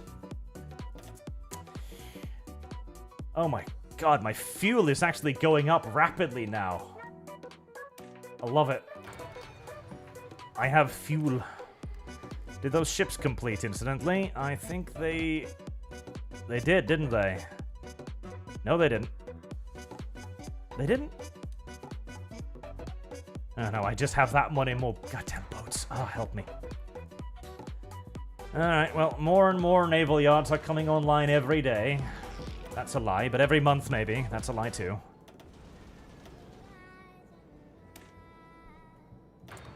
Speaking of, how's the air war going? Ooh. They're actually beginning to bleed out. There was an average of 900, now they're down to 700s. They're actually starting to run out of shit. Nihon supremacy, that's right, chat. Nihon supremacy is best supremacy. Nihon supremacy is the only supremacy that should be considered, and that should be lauded whenever possible. Oh, no, don't do that. That would be extraordinarily stupid. Go over there. Right, good boys. The Great Atlantic Hurricane. Hopefully it will sweep America out to the fucking sea.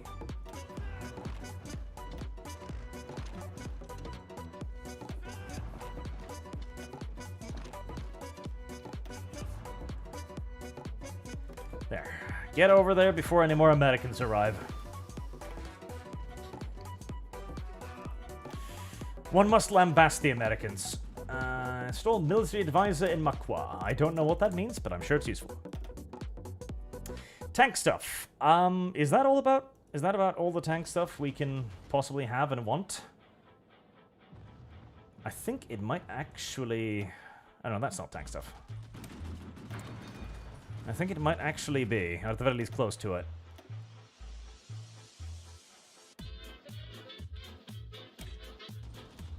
Type 475mm. Okay, get started on the modern tank chassis.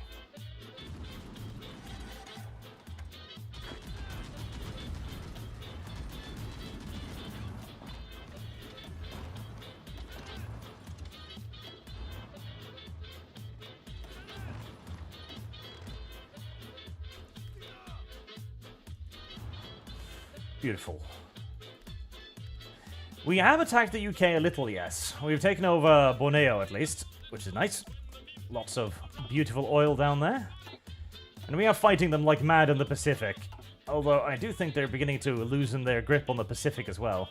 India is currently in a bit of a stalemate. A complete stalemate, actually. whilst forces are diverged to deal with the Soviet Union, where the line is going ever further northwards. In an effort to outflank the enemy, I kept outflanking them until there was no flank anymore. Oh god, I'm now just going to have to...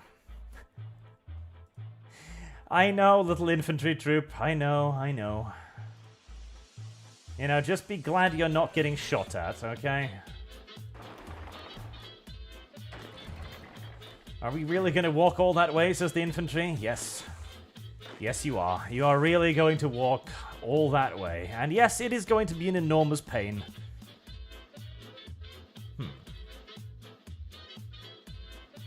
Hello. I spot an opportunity. Okay, infantry, get up into them there mountains over yonder.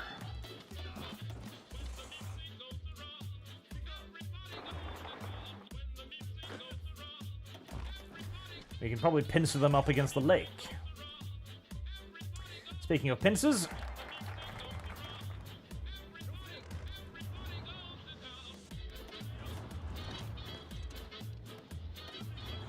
Americans. Why must they always get in my way? That is a good question.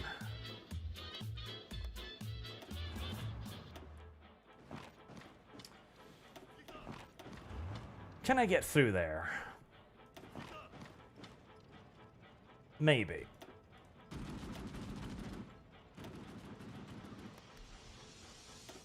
Definitely yes. Okay, the tanks have arrived. I was building some bombers over here. Yes, I was. There we go.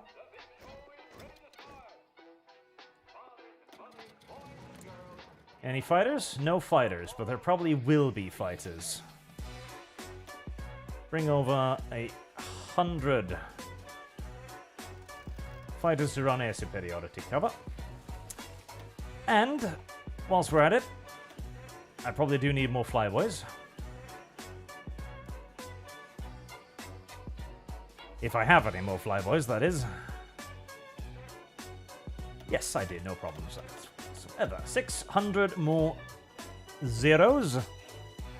Entering into basic training, sir.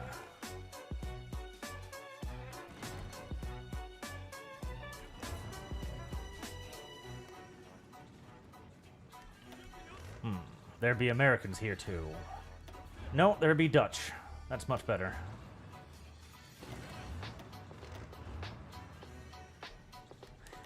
That's a port.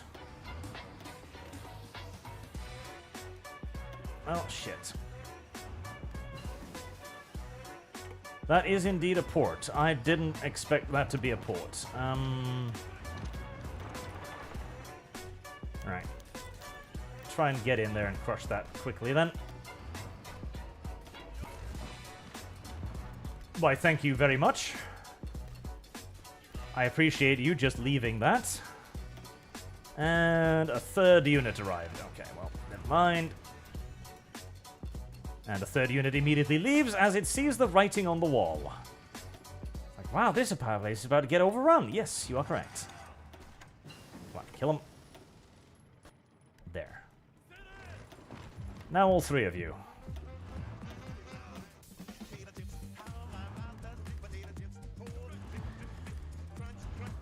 Alright, well, whatever remains here now should be able to be cut down without too much effort. And now we can give our appreciations to the Americans. A little thank you for always getting in my fucking way. Right. Let's see how that works out. That is going to be a grinding combat no matter what. I really want some railway artillery. I should get some railway artillery. Are you guys in position yet? You are not, okay.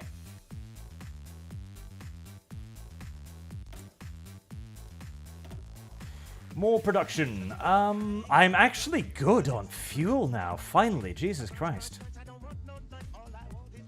I am actually good on fuel. I'm running out of power, but who cares? Unironically, who cares? Like, power is very much so secondary to being able to fuel my army. Right, that is a big ouchie. That is an enormous ouchie.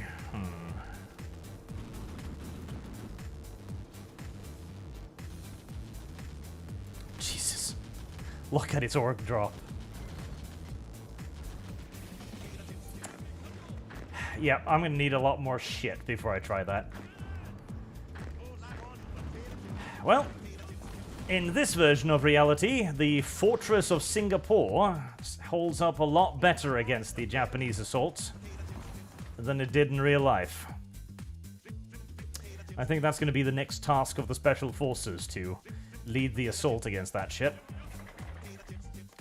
Right, and now we are about to teach the Soviets a lesson in swimming. As we are going to cut them off with their silly little backs to the ocean. Well, ocean, yeah. Lake, ocean. There is no real difference beyond the pedantry of, you know, geographists and so on. There is no difference between a lake and an ocean other than the amount of liquid that it contains. And we're not going to get into, you know, drop counts here or anything. That would be stupid. I'm sure chat would agree. Oh boy, look at that. Even more Dutch people. Oh. Have I talked about how the Dutch aren't human, by the way? Because they're not. Like, straight up. The Dutch... I learned this playing Wargame, okay? Because I tried playing the Dutch in Wargame Red Dragon. And I realized that the Dutch don't have a language. The Dutch just make random noises at you. That's all they do. That's how they supposedly communicate. I don't think they communicate. I think they pretend that they communicate. I mean, I think maybe even some of them believe that they're communicating whilst they're grunting at one another. But I don't think any actual information is being passed back and forth at all. It is just a series of the kind of noises you would make when clearing your throat, like that's essentially the Dutch language. And I refuse to believe that that imparts any kind of information to the opposing party. I really do. Like, I don't think they understand a damn thing that's going on. I want jet aircraft, but I can't have jet aircraft. I could have a heavy bomber. This heavy bomber's strategic bombing is 40. That's pretty good. That is 48, which is even better. But that's an army bomber, and it's like 2 years away. I think you will do just fine.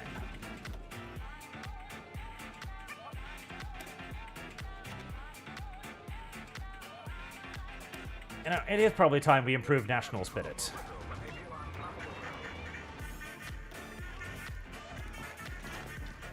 These 6 other divisions haven't actually been doing anything useful.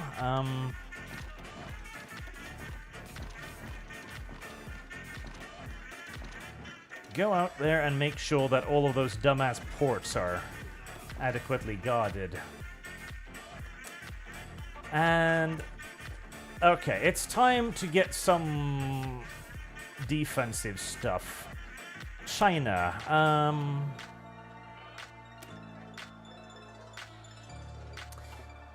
that'll do. That'll do. Give me 12 divisions of these random little tards here. Since those will primarily be recruited from the Chinese, they're not gonna rape my manpower pool anywhere near as bad. Speaking of, it's time for foreign recruitment. And you know what? I think women get to go to the factories too from now on out. The men are required at the front to meet the American hordes. And so the women are going to have to work in the factories and the women are going to have to get their limbs chopped off in the poorly administered and maintained machinery of the age. That, too, incidentally, was a thing that happened. The factory workers' revolution, where women got to get into the factories, it was shown off as like an enormous achievement, you know? Rosie the Riveter and all that. It was propaganda. It was hardcore propaganda. Now, I'm sure there were women who were like, yes, this is a step forward for my rights, etc. But there were as many women, in fact probably a lot more, who absolutely loathed and hated the fact that they were now expected to go to the factories to do men's work. In large parts because the men's work was absolutely fucking shit. Like, it wasn't a question of, like, sitting at a computer or doing some kind of, you know, nice and neat desk work. It was operating heavy machinery. Often operating heavy machinery that wasn't serviced to quite the standard that one would reasonably expect of such machinery. There was a tremendous amount of injuries, and there was a tremendous amount of resentment created around it as well. But, as ever, feminism's primary victims remain women. That is actually straight up true. The primary victims of feminism have always been and will always be women. Alright, Siberia. I do need to move this up here, I do. But it opened the path for many women to take on jobs today, and if we are very, very lucky, then we will eventually be able to have women go to war in our stead. Personally, I would think that to be a pretty great thing, honestly. Men have gone to war for too long now. Too long has the burden of dying in the fields of glorious battle been that of men. It is time for a little bit of equality in this underappreciated field of employment, I believe.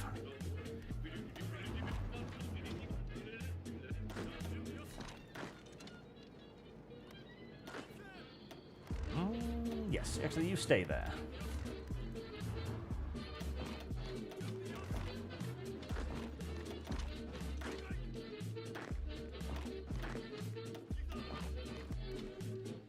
Right, and Riku Sentai, you're just gonna, you know, chase that unit for the next, you know, week now.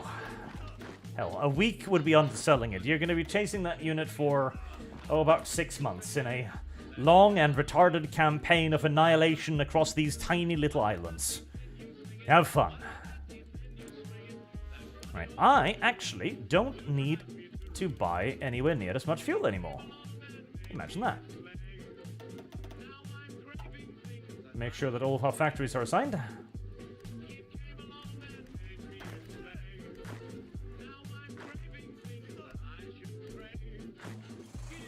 We're still advancing, good.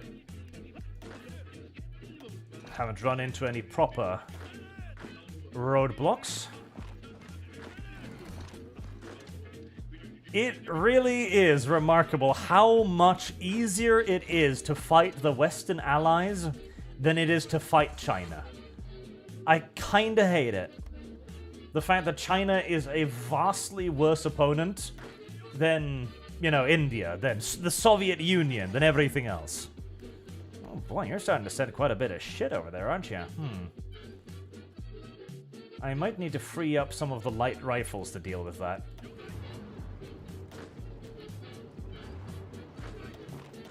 Alright, crush, kill, and destroy. KKND, a very good video game, by the way. I highly recommend it. It's certainly, aged at this point. Don't get me wrong, KKND has served many years in the field, and it is no longer quite the handsome video game it once was, by any stretch of the imagination, but it's still a pretty good video game. Even that might be a little bit of an exaggeration, honestly. I could invade Singapore.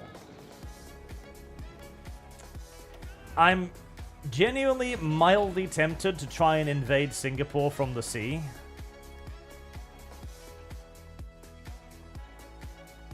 Just to open up another front, basically. Oh, never mind, there's There's yet more American divisions squatting there. Of course there are. There is no place on this earth where Americans are not currently squatting, it seems. Squatting American.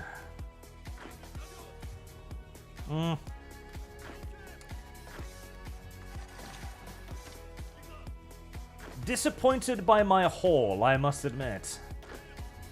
I was hoping to maybe catch a few more Soviet divisions over here, but, you know, 2, 3, 4 divisions. It'll have to suffice. Considering how sparse the front line is. Hardly surprising. Strategic bombing, that will actually be genuinely fucking useful.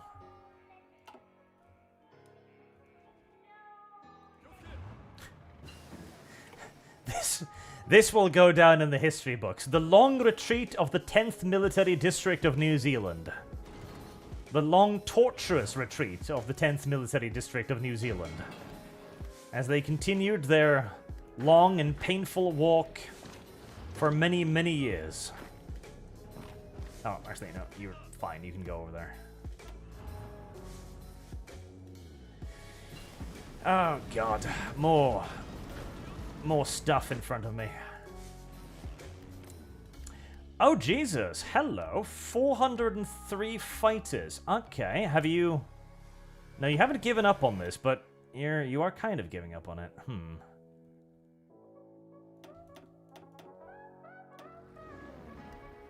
Okay, well, we're gonna need more there.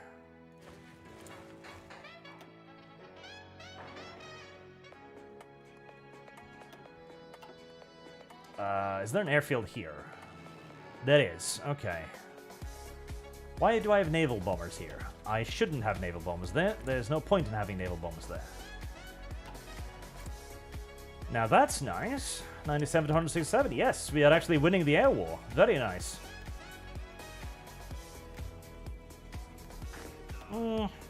Yeah. I'd be surprised if you managed to counterattack through that, but actually, now you're bringing up tanks too. Now I won't be surprised anymore.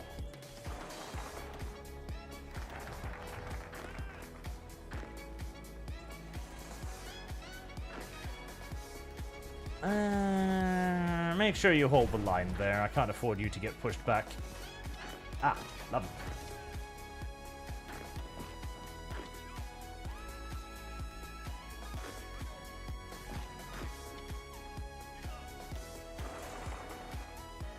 Alright, our little Soviet pocket.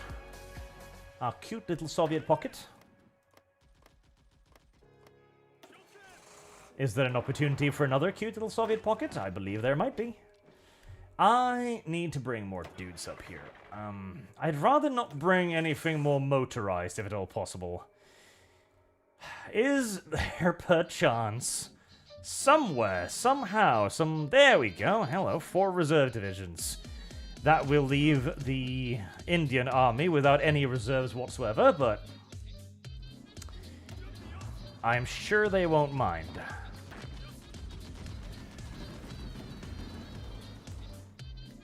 Tanks? You have fucking tanks? How dare you have tanks? God damn it.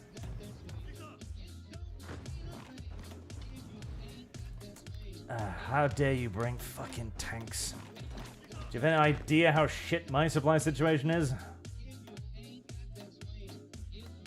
Speaking of, is there any way I can improve it? Motorize. Motorize. Actually, hold on. I'm winning this pretty handily. I can resupply at least a little bit via air. Let's do that. How's the long march going? Still going. Okay, well, you have fun over there. Railway artillery. Yes, please. That one, the big and expensive one. Give. 3.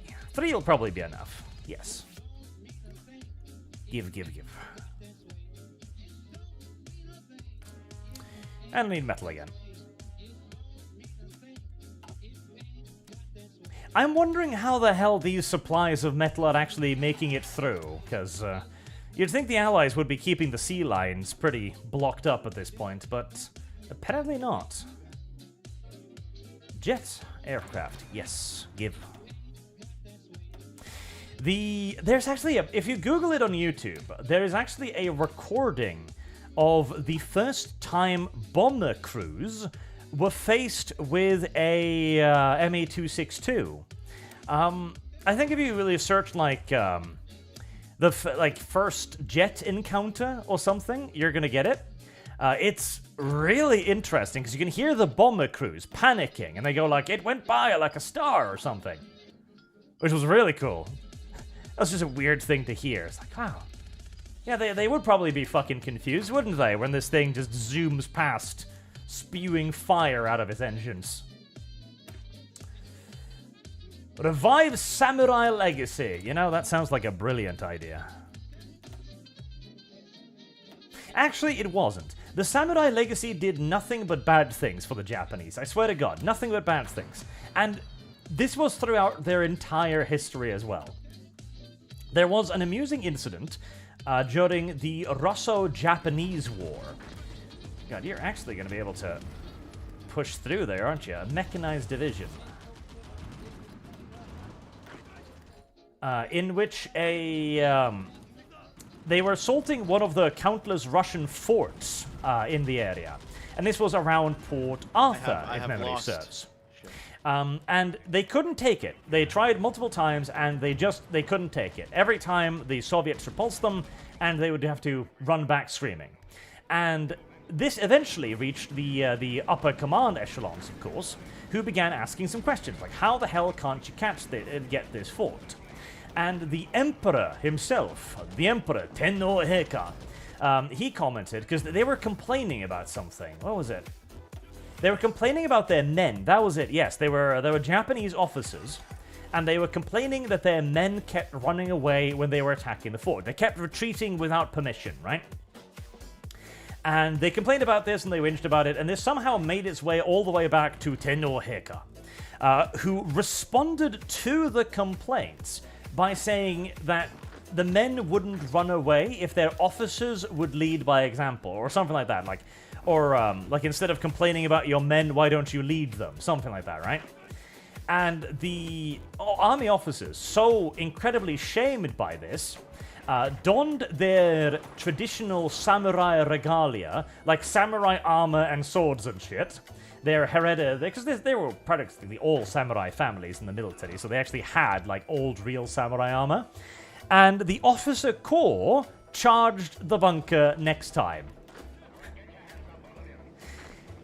It didn't work. It would have been it would kind of have been a brilliant end to the story if they were like, and then they took the bunker. But no, reality just isn't that kind. Reality is not that kind at all. It didn't work. They got fucking slaughtered, and yep, that's the story. It turns out that running screaming towards machine guns, it didn't even work back then, when the machine guns were kind of crappy, honestly. It was never a good idea. It was never a good idea. Right, take a breather, regain some organization, and resume pursuit. How's the air war going? Pretty well.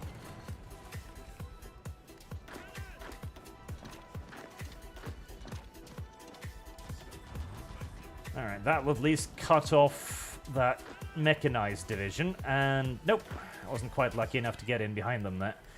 Then again, they were a mechanized unit, so they were going to be pretty fast. You trying to get out of there one day? And you're not going to tell me how long it's going to take you to get there. Annoyingly enough. Alright, well. We're going to try a diversionary attack then to tie them down.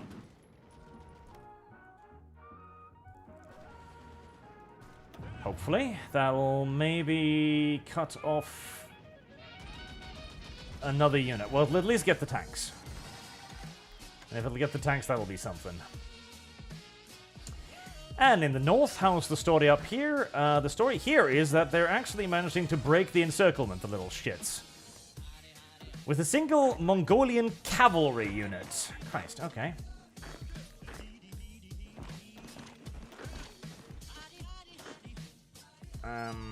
You can't actually get over there. I don't have control of you. That is very unfortunate, because they are actually going to be able to get in there and break through.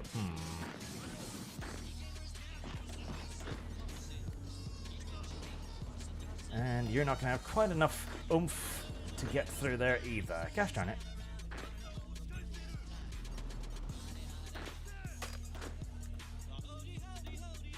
Oh, did they just do one of the gay things where they managed to... Yeah, I think they just did. Fuck. Sometimes the AI will break a unit into the path of a attacking unit. They do that. It's extraordinarily annoying. And it seems like only the AI can do it, because the AI units, of course, when they're retreating, emerge at full logistics. But sometimes when you do that, your units will arrive at no organization and be instantaneously killed and wiped out too. So they'll capture all of the equipment, etc. Okay, luckily, they actually stopped attacking there, thank God. Oof, lucky. Okay, that's a unit saved. And that is a bit of medium armor destroyed.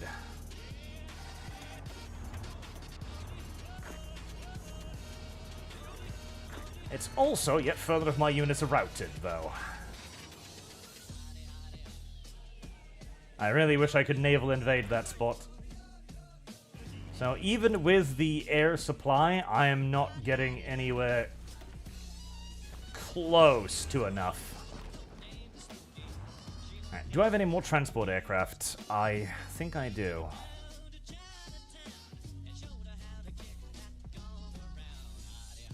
I do, okay.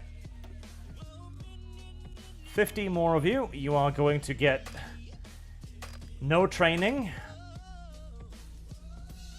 So best of luck to you. Jonathan Welch, is D&D cancelled? Yes, V is sick. So we didn't play today. Because seeing as Sargon has managed to arrange a bit of a boss battle encounter for us, we figured it would be wise to bring our mage along for it. You know, I kind of don't need you guys. You know, I need the supplies more.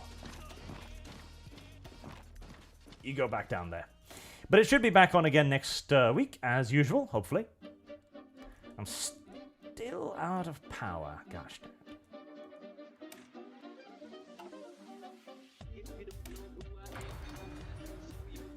damn. Nor can I really afford to start building power generators either. Is that? Yes, those are actually American tanks in the mountains. Of course they are. Why wouldn't they be? That is actually a lot of stuff that's up here. I wonder if I could, Why are there 5 divisions here?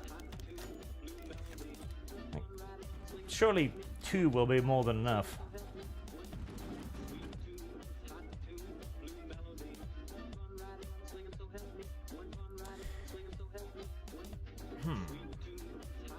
If I could cut that off, and that would actually be a lot of allied troops. What the fuck is this?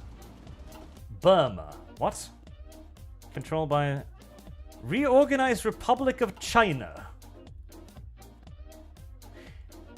I feel like you shouldn't exist, honestly. Tanks. I'm not going to be able to get through the tanks, am I? There are tanks on 0 supply, though, so maybe. Yes. Actually, the tanks in the middle of the mountain can be defeated with infantry.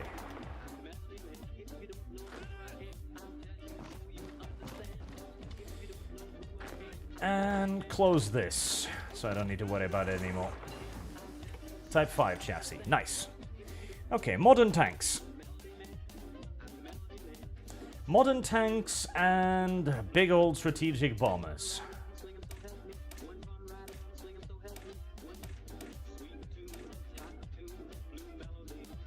Huh. What is...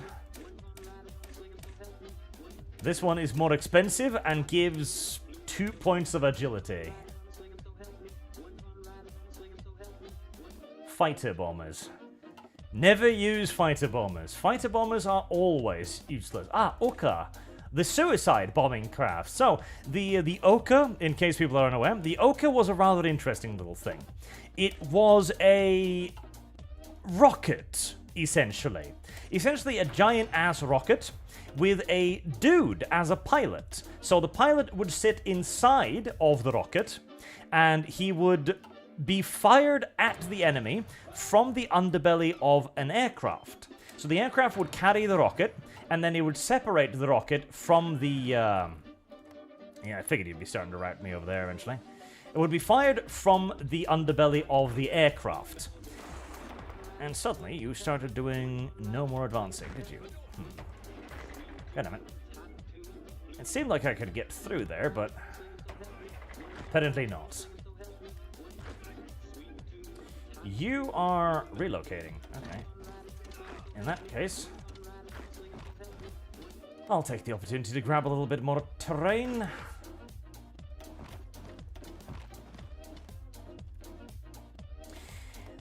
The idea was, of course, the kamikaze, where you could hit a boat with something that was relatively easy and cheap to mass produce, the Orca, which was basically just a rocket engine with a pilot inside of it, essentially. So it could be produced easily and en masse, and use it to sink large targets like carriers, etc. I don't know if they were ever deployed successfully. I can't remember. It was fairly late in the war, so it's entirely possible that they did, but I don't remember. And just remember, it took one Marine, Dan Daly, with an MG about to hold off murder like hundreds of Boxers. Yes, the Boxer Rebellion. One of China's worst ideas, everything considered. God, I can't get through here, annoyingly enough. And the supplies in the area are so bad, I can't even get in reinforcements, can I? Maybe if I throw enough shit at the wall, the aircraft will be able to break through for me. Sort of, but not really, no. I've come to the conclusion that these islands are kind of nightmarish, actually. Kind of. Just a little bit. Just a little bit, indeed. Let's see. Okay, your guys are over there. You're over there. Where's the last of you? Oh, right. You're on the Eternal March, aren't you? God damn it.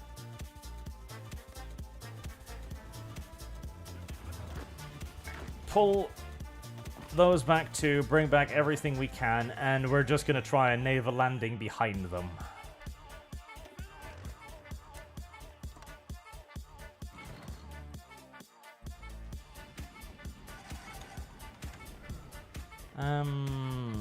That one. What? Why would you... Okay, well that's not happening. I don't know why you would choose to go that path, but that is not happening. What about there?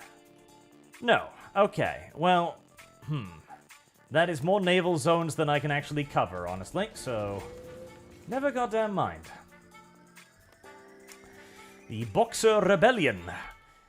The Boxers, one of the reasons why they started the rebellion was that they believed that they were protected by magic, as a lot of weird savage people tend to think. In the case of the Boxers, though, they had a very peculiar form of magic.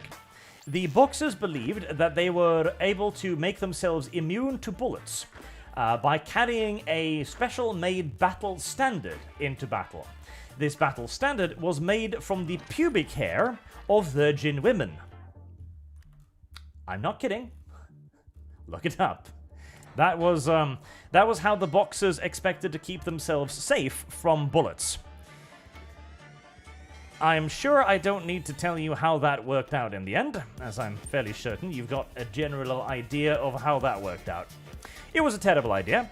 The Boxers, I presume, swiftly began regretting it and figured that maybe they should do something else. Perhaps something that didn't include rebelling against the people who owned all of the machine guns. Probably not, though. They probably just viewed it as another mean thing done to them by the evil Outlanders. The Auslander.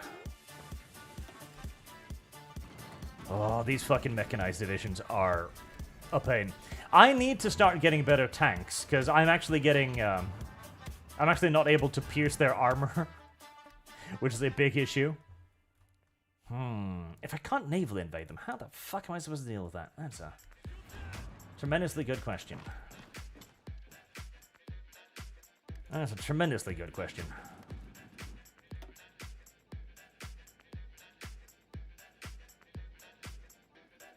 British Malaya. British Malaya. I mean, I feel like I'm controlling British Malaya, kind of. I guess the video game disagrees.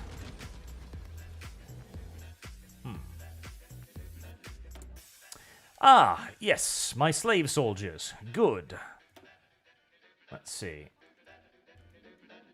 There, you can deploy in the mountains over yonder.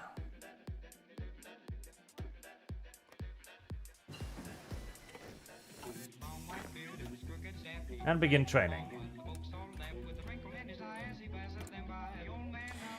Naughty Monkey Ora has been a member for 1 month. Thank you very much, sir. Hail Arch and chat. Thanks for all the 4K lore and culture war videos and stream Arch. You're very welcome.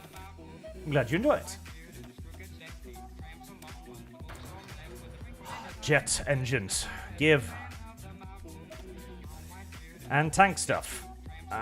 Do I want APCR ammunition? You know what? Everything considered, I think it might be a pretty glorious idea. As I'm pretty sure I'm fighting fucking Abrams or something now. Probably not that bad, but bad enough. I still need Singapore for that damn thing, don't I? Yeah, I do. How are you doing, Germany?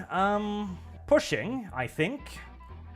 They've almost gotten to their capital now. Which is certainly something. Right. Go for it, boys. Ooh, 200 enemy aircraft in here. Okay. Have you guys... Yep, you guys have finished training.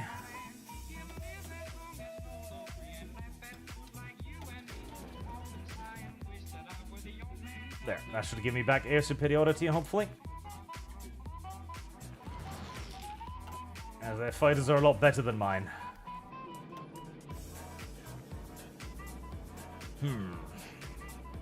Turns out mountains are a pretty good defensive position.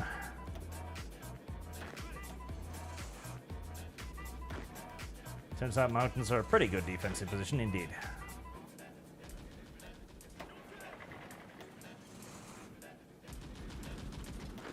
How long will it take you to get there? A month! Oh. Okay, well, bon voyage.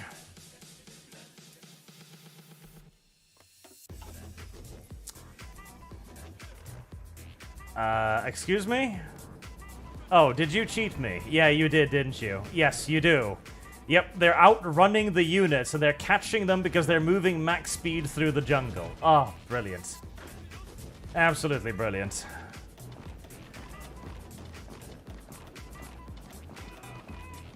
Movement speed restrictions is for other people, not for the AI. The AI moves at maximum speed, regardless of the terrain. Don't you know? Yes, apparently I do. Ah, well, that is absolutely awful and wipes out an entire elite division. But, yep, because you see, the infantry unit moves faster than the semi-mechanized units. Brilliant. And it does so in mountains. Absolutely fucking brilliant. Absolutely brilliant. And very classical.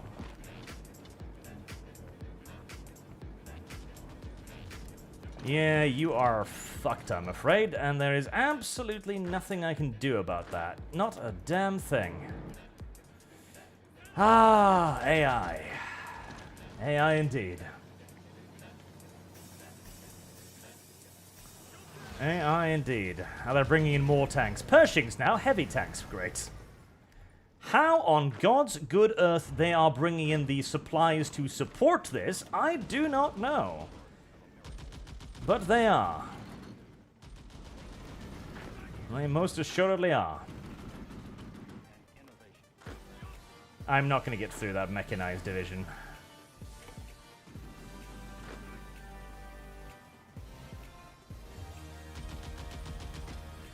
Let's see if I can maybe get the light infantry through there.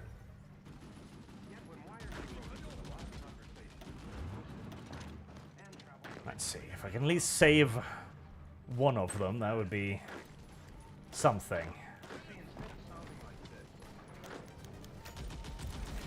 Food sales, happy to oblige.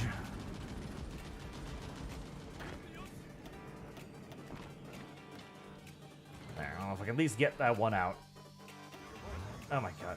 You know, just... I know there's a unit down there somewhere. I cannot be bothered to look for it. I have more important things for you to do. Go somewhere else. It's gonna take you a year to get there, isn't it? Yes, a month. A fucking month. It's just one province. Speaking of one province, did you, ever arrive? No, you've got 11 more days, and let me guess, yes, the Soviets will be able to move in there before I can. I want you to meet a great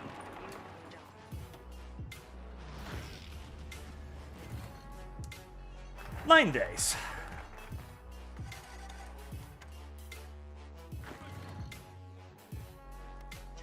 The game could really use a mini-map, because it would make it a bit easier to go back and forth. Alright, there you go. Just... oh, get that unit out of there.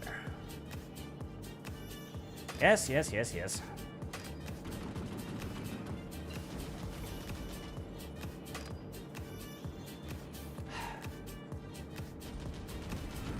Well, if you want to walk out of there, you can do that too.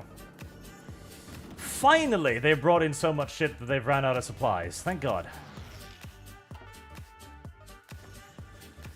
I was wondering when that was going to happen. If ever. You never quite know, after all. Have you gotten...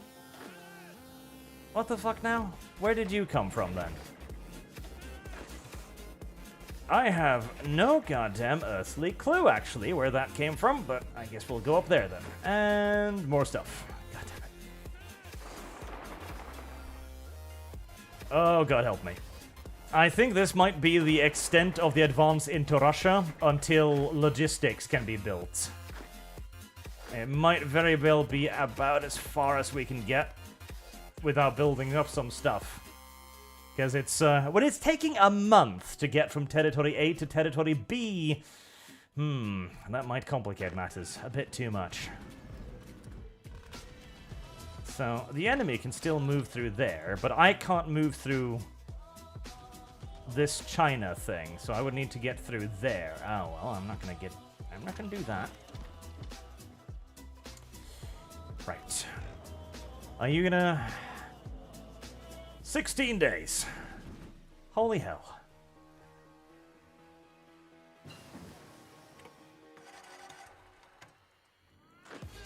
It was so nice in the good old days where you could continuously bomb things and continuously do damage to things you were bombing.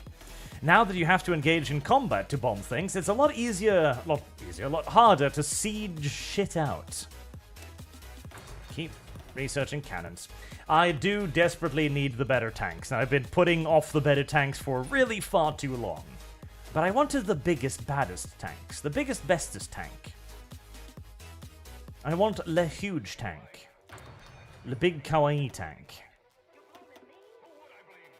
The kind of tank that will put some fear and terror into the minds of the Amerikanskis. Which a modern main battle tank will actually do. We've just about maxed out that tree. Lovely. And another boost to production of naval units.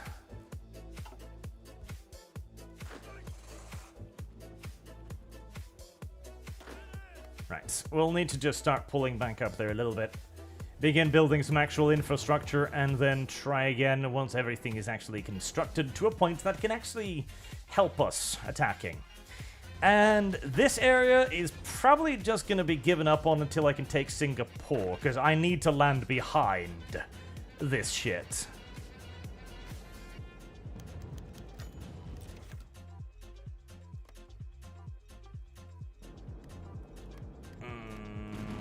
Are you? No, you can't actually get through there. As more American stuff balls up, I do hope the Germans get really nice and aggressive once we eventually manage to take out the Soviet Union, because it would be very beneficial to have them attacking in Europe as well. Taking on London, maybe. They are one... They're one province away from the new Soviet capital. So close and yet so far. Ah, thank God. Okay. Right.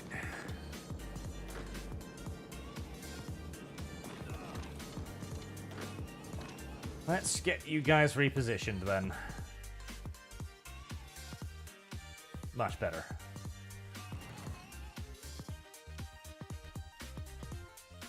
Right, what am I building at the moment? I'm still building naval dockyards. I am full capacity on the naval dockyards that I do have. But let's begin seeing what we can do here. Right, so these are actually tier 3, which is pretty good. Do we have any supply dumps? We've got one supply dump there. Okay, that's kind of the problem. Right, we're gonna need to build supply dumps then. Oh, that's the worst thing, because supply dumps are expensive. Okay, I can afford to move out at least one infantry division. That'll improve that situation. And we're gonna make a supply dump right there at the end of the railway. And up here, we do have a decent position standing up against the mountains. And I'd like to keep holding in the mountains, if at all possible. So we're gonna need another supply dump. Right about there will probably do fine. And then we're gonna need to stretch the railway line from it, which is, yeah, there we go. Expensive, but I will give a tremendous amount of praise to Manchu Kuo for actually, you know, keeping this system relatively up and running. They kind of dropped the ball further down the line, but so long as we've got triple connections. 3, 3, 3, 3, 3. Yes, all the way back to port. Okay, good. That is going to take many, many, many, many months of construction, but it will eventually get back to alleviating the supply issues. Right, I guess we'll just lean back for another year or two, whilst we wait for that to be finished up. And I would really like to try and kill this off, so I can finally get through that strait.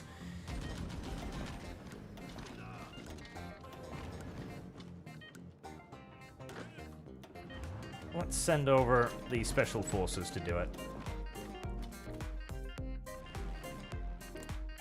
Right, they've brought in more fighters. Right, I can bring in more fighters too.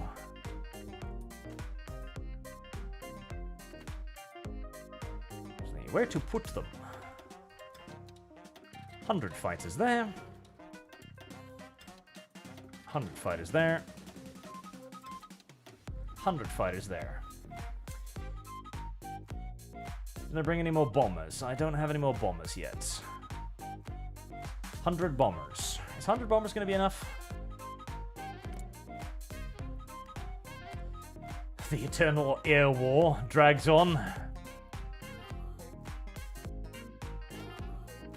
I'll bring in these 100 to help out.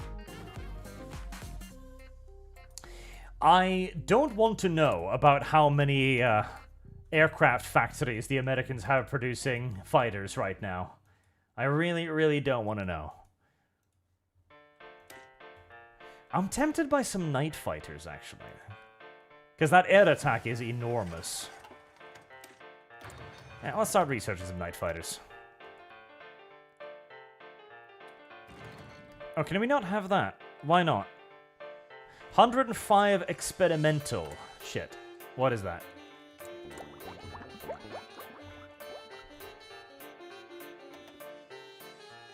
Ah, that one, of course. Right. Well, we're on the way for it. Highly sloped armor. Yes.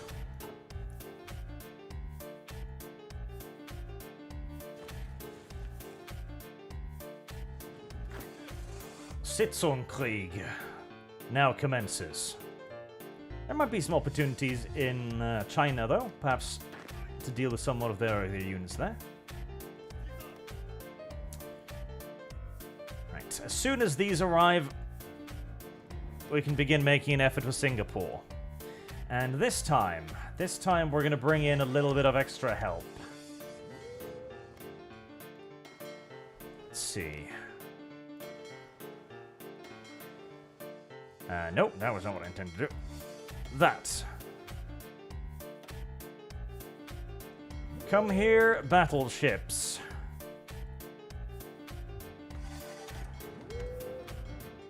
I intend to bombard Singapore from the sea, as I will bombard it from the air. And speaking of, do strategic bombing on pillboxes and land defenses.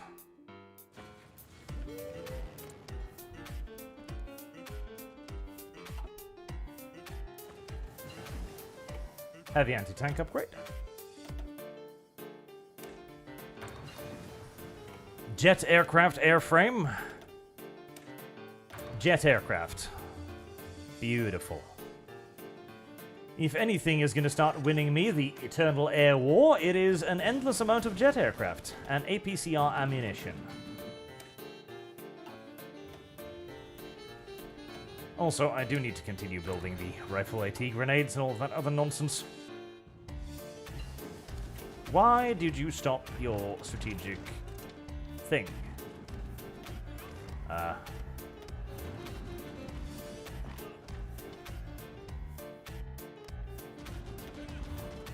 Why did you randomly stop?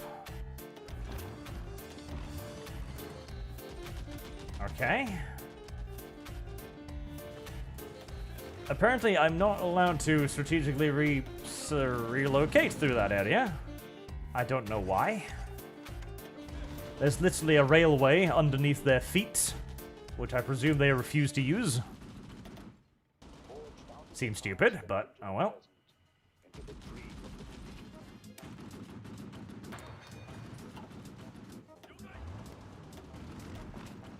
There we go. Old dumbasses. The AI does garrison ports, yes, so paratroopers are not as great an option as they once were. Paratroopers used to be really, really great, but they do garrison the shit out of ports now, with usually 2 to 3 divisions, so it's not necessarily great. Oh, hello there. Well, that's where their enormo fleet is. They still have one. They still have a really big fucking fleet.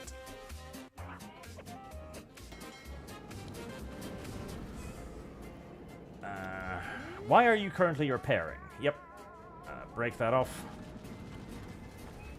Go to Singapore.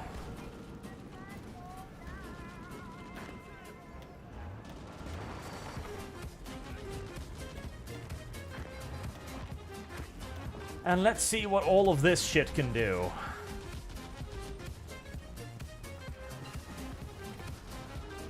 I expect casualties. I expect ridiculous casualties.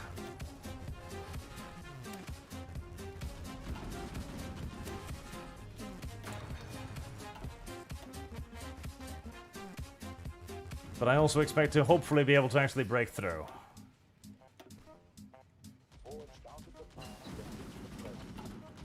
Dockyard 5. Alright, come on. they can actually retreat, so they can actually move over to Singapore and then reform and then move back in again, which is very cancerous. Alright, okay, this is going a lot better. I'm breaking 1 unit for the 1 unit I break, pretty much. At that point, the Japanese numerical superiority will eventually begin counting.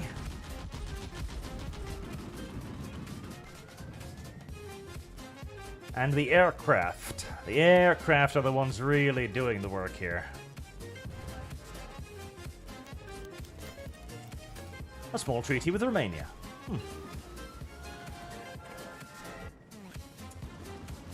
They're breaking.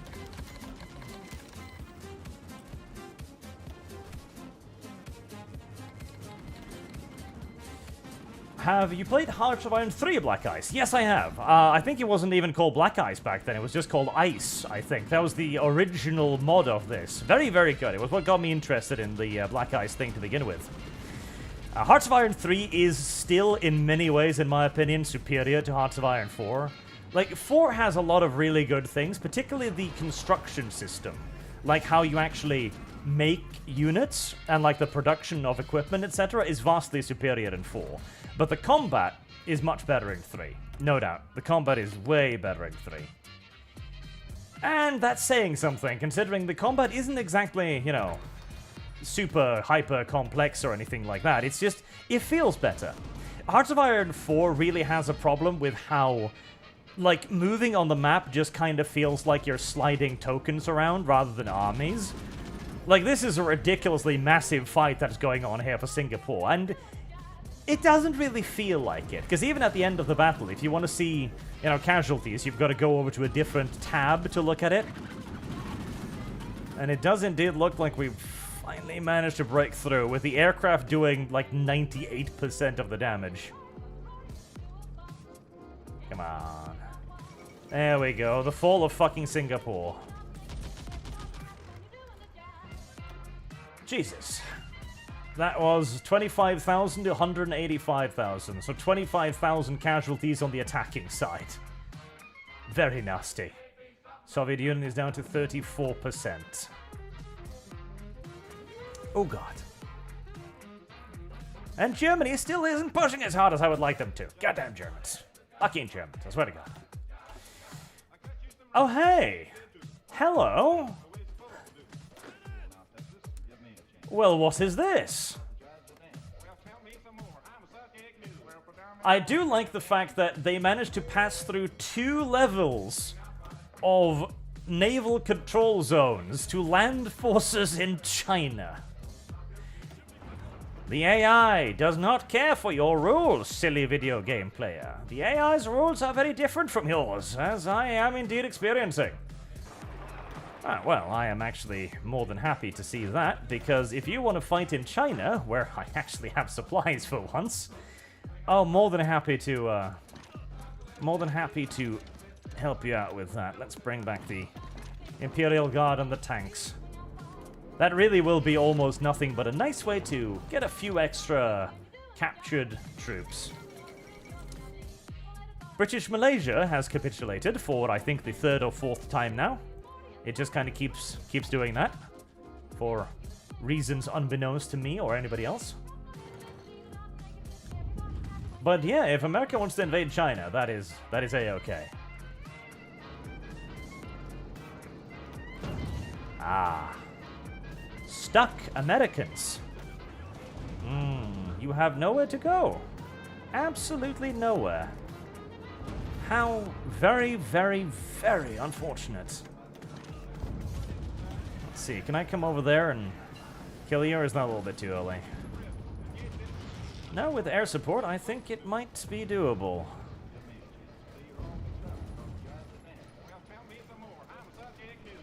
Oh yes, definitely doable. Well, I don't really care if the Soviet Union has decrypted my cipher. I don't think they're going to get much joy out of it. Right. That was a productive session in many ways, and also a very unproductive session in many others.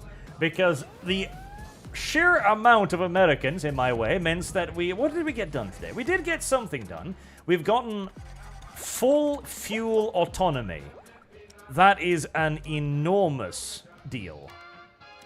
That means that we can actually probably just get rid of all of the fuel imports, or at the very least the vast majority of them. That is enormous. We've taken Singapore, we've taken the fuel, and Dutch East Asia is getting captured. The war in the ocean has gone quite well. I think we're going to need to reorganize the navies a little bit, but all in all, the war has not gone too poorly. It's gone quite slowly, and I am really not looking forward to India. But if I can get the new fleet up and running, which is being trained right now, I will have the ability to extend my dominion into the Bay of Bengal, and then I can actually start doing mass naval invasions over there as well, which will be enormously useful. And we can stamp out the last little bit of American resistance in the mainland Far East, with the exception of, India, of course, where another odd million or so Americans await us. Boom. And the Soviet Union is definitely quite distracted. Hopefully it is not particularly far away from collapsing. I'll need to have a look at Greater Germany and see how much more they're going to need in terms of Lend-Lease. Nanking 2 says chat. Oh hey, you little shits. You absolute little dirtbags. Right, well, one thing I'm going to need to do then is clearly put out a lot more people doing guard duties, apparently. You sneaky little shits you are. You actually sneaky little shits. Yep, I'm gonna need a lot more guard duty dudes because, see, normally they can't do that because the entire area is controlled by my navy, but as we have learned on multiple occasions, the rules that the player needs to play by are not the rules that the AI needs to play by. In fact, the AI pretty much just laughs at all of the other rules that the player needs to play by. Oh well. We can easily enough clean that up. Shouldn't be too much of an issue. Annoying, but not too much of an issue. Until next time, thank you all very much for watching, and I hope to see you all again soon. Hopefully, again, with the DnD campaign resuming next week. And we'll play, of course, some more Rogue Trader. That'll be next on the list. And FNAF on Sunday, I'm thinking. This will be a nice, heavy stream week. Until then, good night, chat.